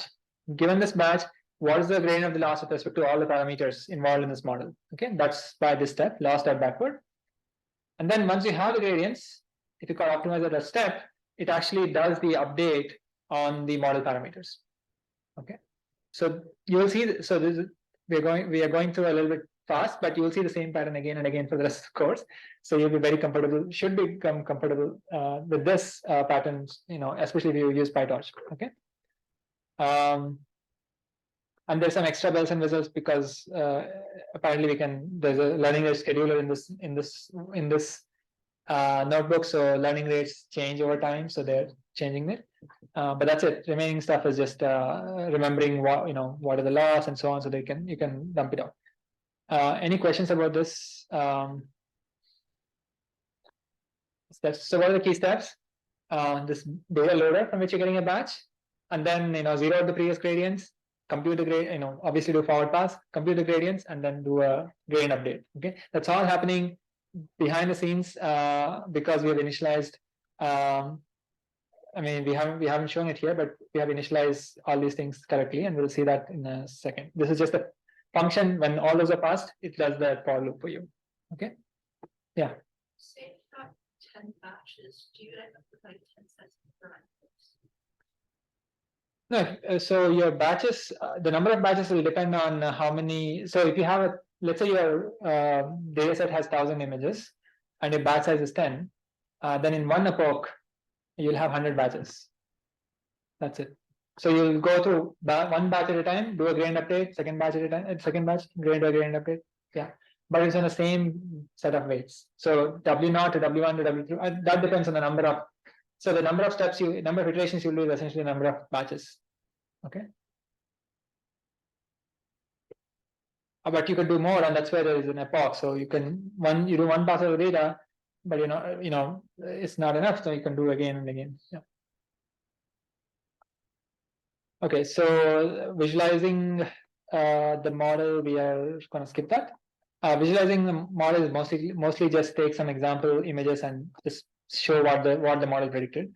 Okay, so it's just a helper code, so we'll not focus on it now. So here's the fine-tuning part. Okay, so you can, because of Torch Vision, you can actually read one of these really state-of-the-art models very easily. Okay, it'll just, I mean, first time you call it, it'll download a 100 MB or whatever is the model size of these weights, basically, and load it for you. Okay. So the model representation, I think you guys have done Keras and TensorFlow last time, so you know how generally you can print out and see how the layers are arranged, for example, in Keras, right? So here it's very similar idea. You can also print out and see. So what are you doing, right? First of all, if you need to fine tune this model, ResNet 18 is the name of the model. It's not the LXNet or VGG that we saw, but it's also, I think ResNet 50 is a model that came first in 2014 or 2015. Okay, one of those years, this model, which is not exactly a CNN, but with some extra bells and whistles, came number one in the competition, image competition. So this model is a 1,000 class classifier, right? We don't want a 1,000 class classifier. We want to classify ants with bees. So what do we do? We first of all create a new. So we create a new fully connected layer. So in PyTorch, you can easily create a layer by saying nn.linear. It's just like in Keras, you saw this type of syntax before. So you create a linear layer where the input is a number of features and the output is 2. You want to produce 2 scores instead of the 1,000 scores that were there. And what we're trying to do here is just replace the last fully connected layer with this new layer that we just defined. So how are we doing that? So the last fully connected layer's input. So last fully connected layer is called FC, and its input is whatever is the number of features that were there for the previously last fully connected layer, which is producing 1,000 scores. That FC layer, we're gonna drop it. We're gonna drop it as in just re-reference it to a new layer. It's going to take the same number of features, but it's now producing 2 scores. Okay. And once you do that, that's it. Send the model to device. This is where it's going to the GPU. If you have a GPU on Collab, you can do a GPU, TPU, and other things by changing here. right? I think you should have seen this, right? And if you have Collab Pro, you can choose even higher, settings. Okay, let me just cancel that. So the model is already prepared. Data set is prepared through data set and therefore data loader. Just need to prepare a loss function, which is a PyTorch already has cross interval loss defined, so we can just take it. Obviously, you need to look at the function signature to see what are the inputs to this, but inputs are just going to be outputs and your. So be careful with this. Actually, the inputs to this loss are not the softmaxed probabilities, but actually the scores themselves. Okay, so this is something that you should check out the documentation. See, oh, does it need? Generally, if you think of loss, it needs. What does it need? Does it need? One of them is going to be y hats, the true labels, true class labels. The second one could be the probability of the class, the estimated probability of that class, right? Instead of estimated probability here, it's just the scores before you do the softmax operation. Okay, and then here is the optimizer definition. So we are just using SGD, but there are many other optimization choices, optimization schemes. All of them are gradient descent. Most of them are gradient descent based. Let me not say all of them, which means that they all use gradient information. SGD it stands for stochastic gradient descent. Those who've done ML or 575 would know this because we looked at several gradient descent problems there. But gradient descent, as you know, we've seen it in lecture 1. So gradient descent takes a small batch, and that batch is randomized in the sense out of the 1.5 million examples in ImageNet. If your batch size is 256, you take a random 256 images and then put them in, take them to do the gradient update. Okay, and so gradient descent on what? And so why does the optimizer know that? Is it's saying dot parameters will actually give you the parameters of your model. Okay, it's a nice way to know what are the parameters in your model. So dot parameters will give you the parameters, and you can look up its shape and size and stuff to get a sense of what it is. It's, right? So you want to descend over these parameters and the learning rate, starting learning rate, and SGD also has some extra parameter called momentum, perhaps. I don't know, but you can check out the definition, okay, in the documentation. And this we haven't talked about in the lecture, in the classes, but if you want to change the learning rate as a function of epochs, so it's saying it's removing so it's multiplying it's dividing the learning rate by 10 after every 7 epochs, which is like 7 times pass over your data. So why are we passing over data so many times? Because our data set is small. If you had a really large data set, even doing a 1 pass over your data set is going to be hard.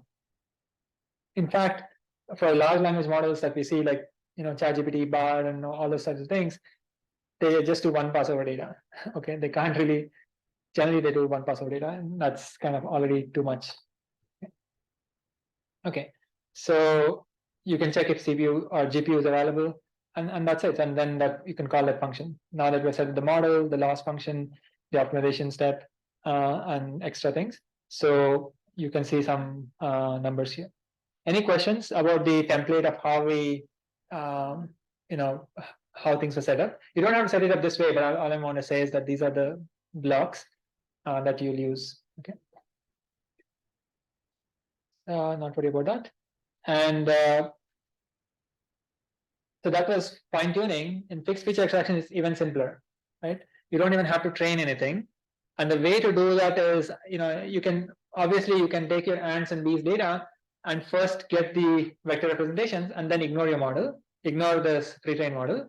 Instead of doing that, we can just reuse the previous template, previous way of doing things, fine tuning, except you freeze the model parameters. As in you say, learning rates are 0 for these guys. Okay, how do you do that? That's the only difference from the previous thing to this one, and this is where it is. Okay, for parameter in model.const parameters, required grad is false. If you explicitly set these parameters of this model to be false, then the gradients will not be computed and they'll not be updated.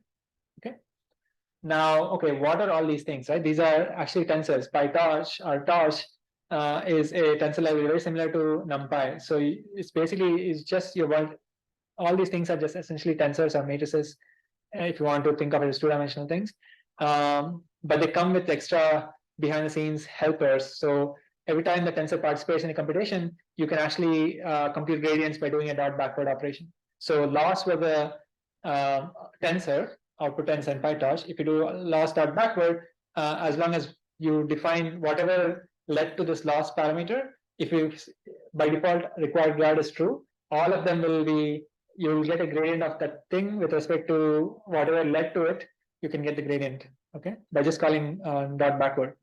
Okay, so if you take two inputs and produce an output and say output dot backward, if those two inputs were tensors and this was a tensor, then you'll actually get the gradient of the output with respect to them.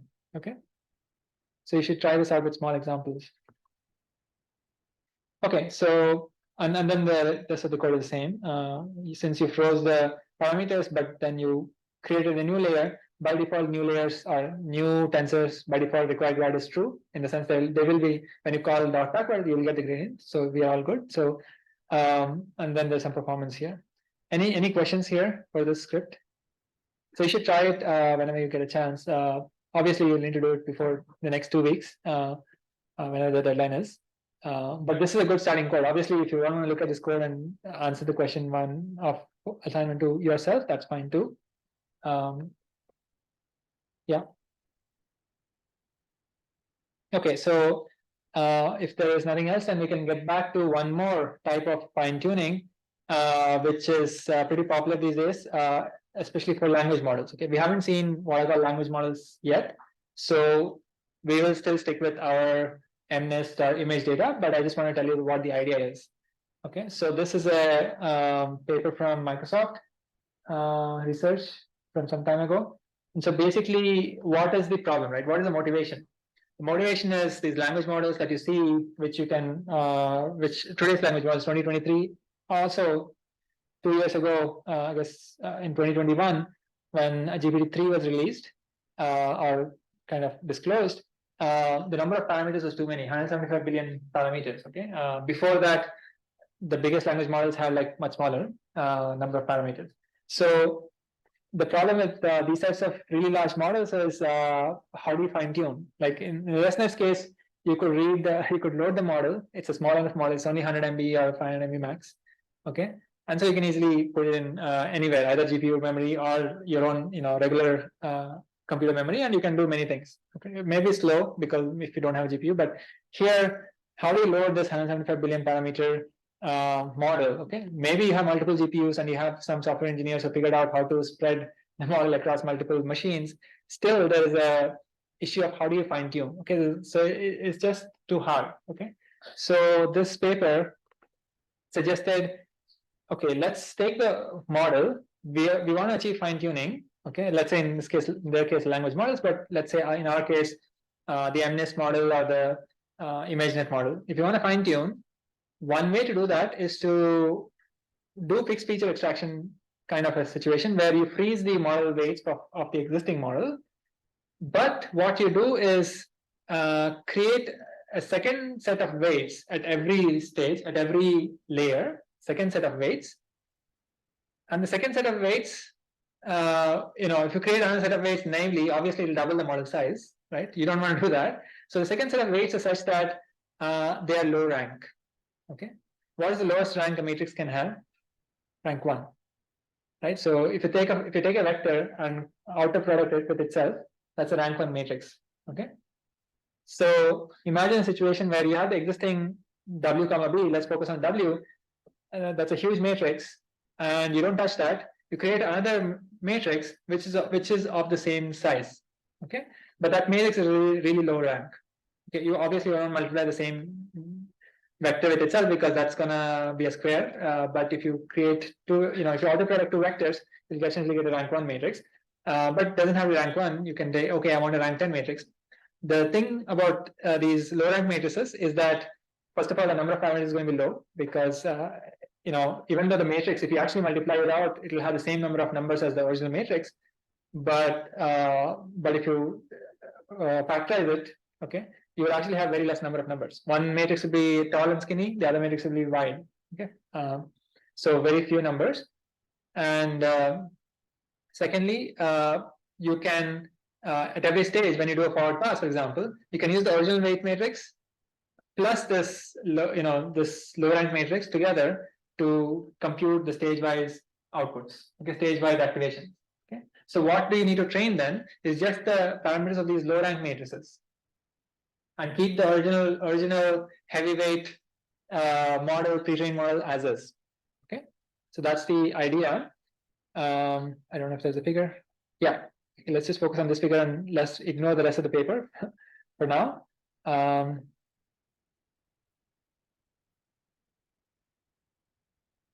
Okay, all we're saying is at every stage, let's think of fully connected layer for simplicity.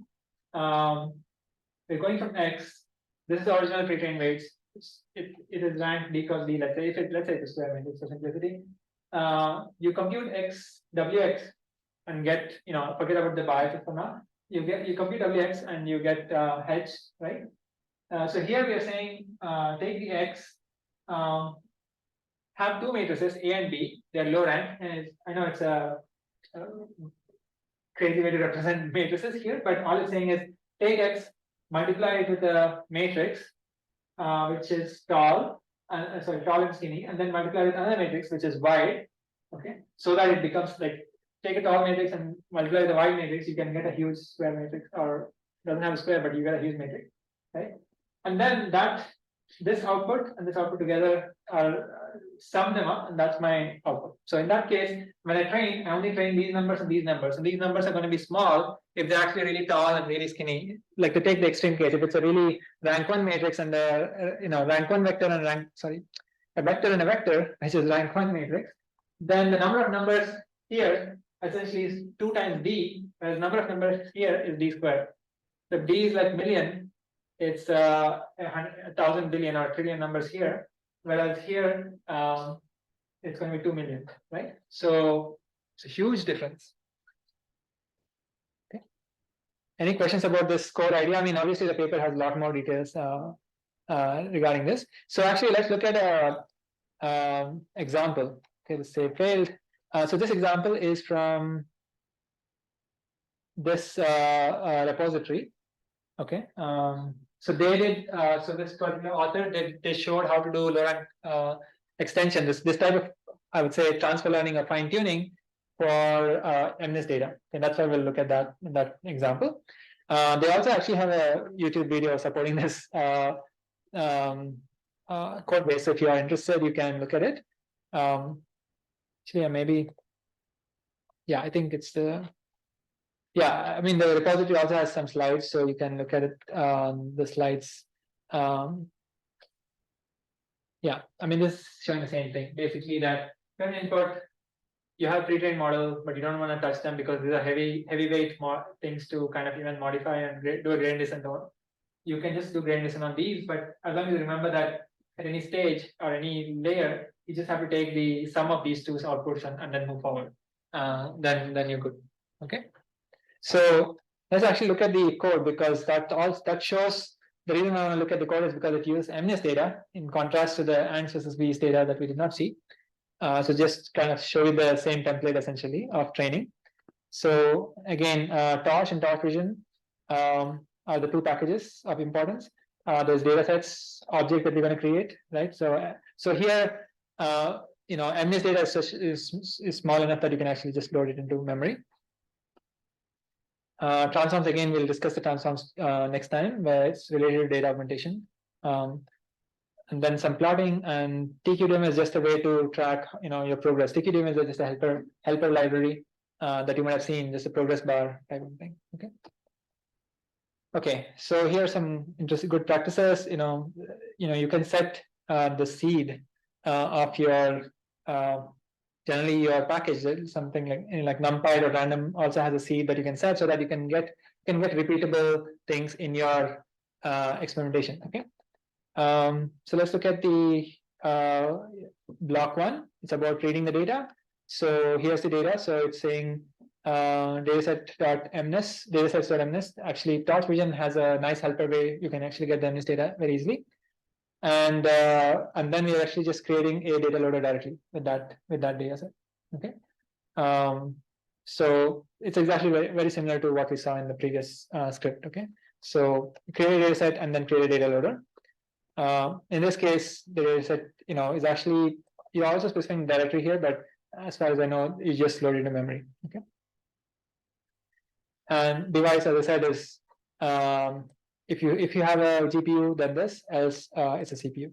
So it's just a way to figure out which one do you have a GPU or not. So here's what the author calls as the rich pointnet, or basically something which is heavyweight. Okay, some pre-trained model or some model that is like super heavyweight. Okay, and so the heavyweight is basically because there are like 3 linear layers here, and maybe there's like a there are too many parameters, as you'll see next. Okay, and this is where you should we did not spend too much. We did not see this type of an expression in the previous script because we used just a pre-trained model, and nn.linear. The last layer we changed it to nn.linear with 2 scores as the output, so it was easy. Here you can see the same thing, nn.linear, but this is how you would kind of set up a model. Like in assignment 1, you use Keras to do essentially the same thing, but Keras was not exactly like this, but the syntax is different. Here, this is how you set it up. So you initialize with these layers, and then this is how you define the forward pass. So given an image, you are transforming it. Transforming it, and then applying RLU operations on each stage, and then returning X. I mean, you don't have to do it this way. So why is this RLU here and not here? You can change these things. Okay, they just wanted to show an example network here, and then they're moving it to device and then training it. Training script is exactly the same. It's the huge block there, but it's exactly the same as before. You define the class, you don't define the loss function, you define the optimizer. Instead of SGD, it's Adam optimizer here, and exactly the same thing. The key steps are basically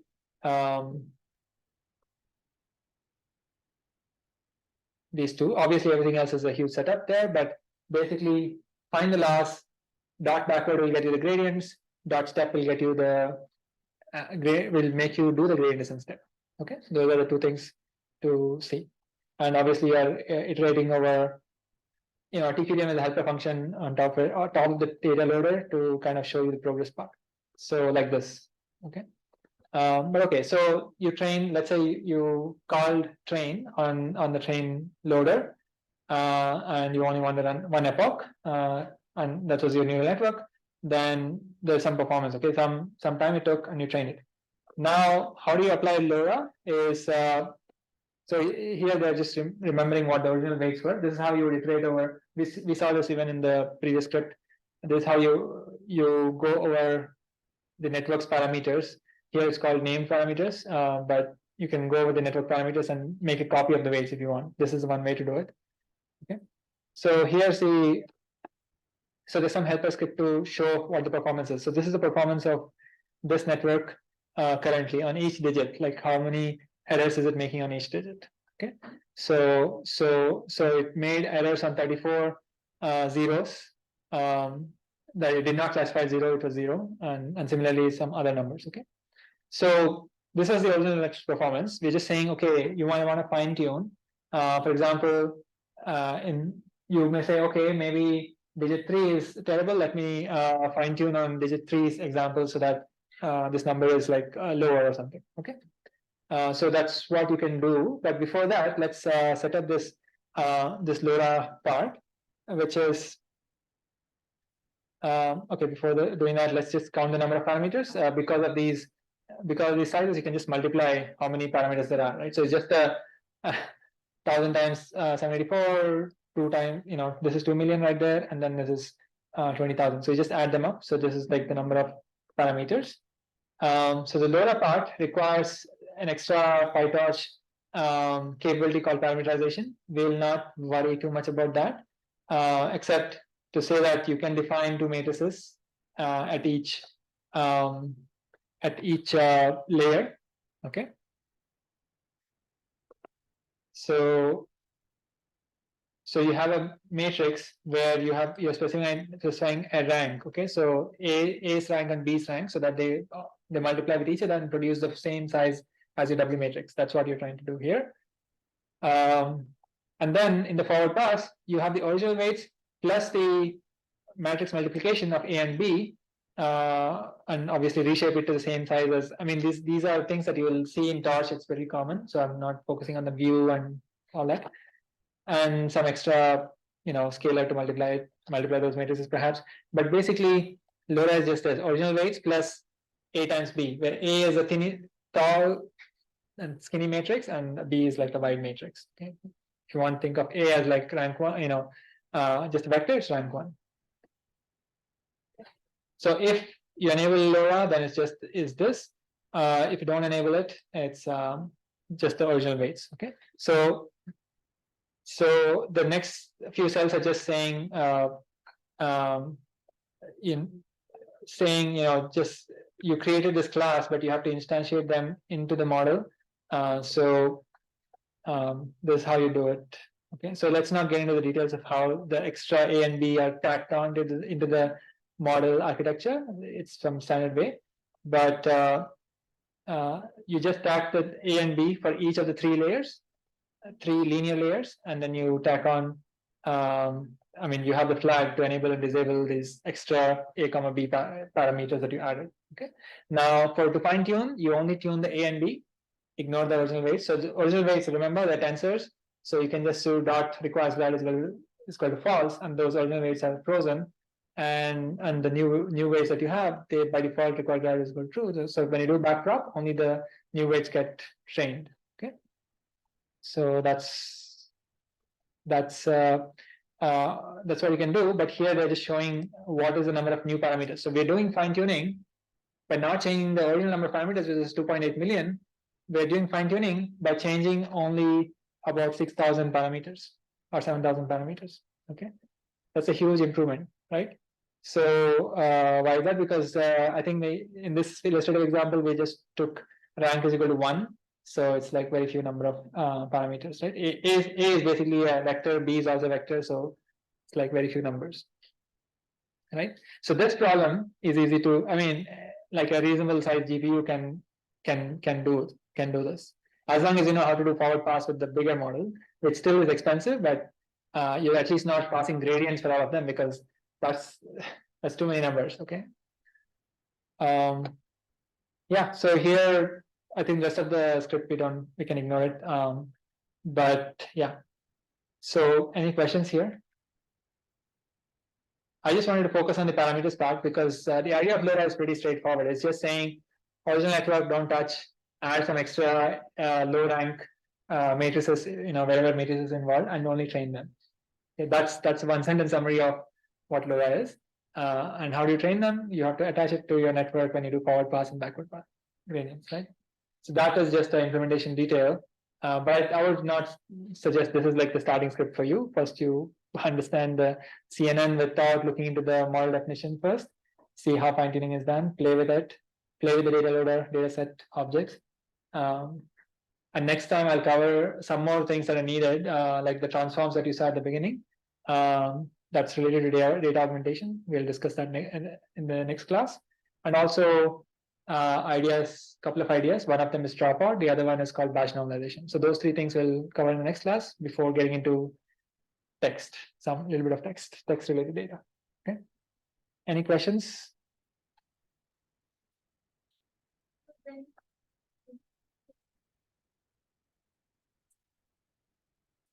That's because my problem had two class classification. Parents versus B says 2 classes. Same thing with your, I don't know, in CIFAR 10, which is what you will work on in your question, it's 10 classes. Yeah. But the original network is trained with the 1,000 class output. So you have to remove the 1,000 class layer and 1,000 scores to some linear layer which produces 2 scores. Oh no, 10 scores, sorry. Yeah. Is everybody lost or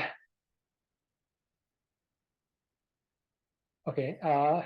I try to use code so that people are not caught into like the slide fatigue, but I guess it's all new, but that's a fun part, right? It's an evolving field, and even this idea, the last idea we just saw is from 2 years ago. And it's not like it's something that was decided by, how do we fine tune these really huge models? Okay, so there's always going to be change, but there'll be some underlying patterns, generalizable patterns that you want to pick up, and there's a good course to do that for deep learning.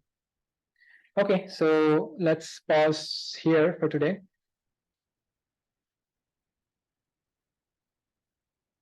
And so just again, a reminder, add your names to the Google Sheet if you have not yet.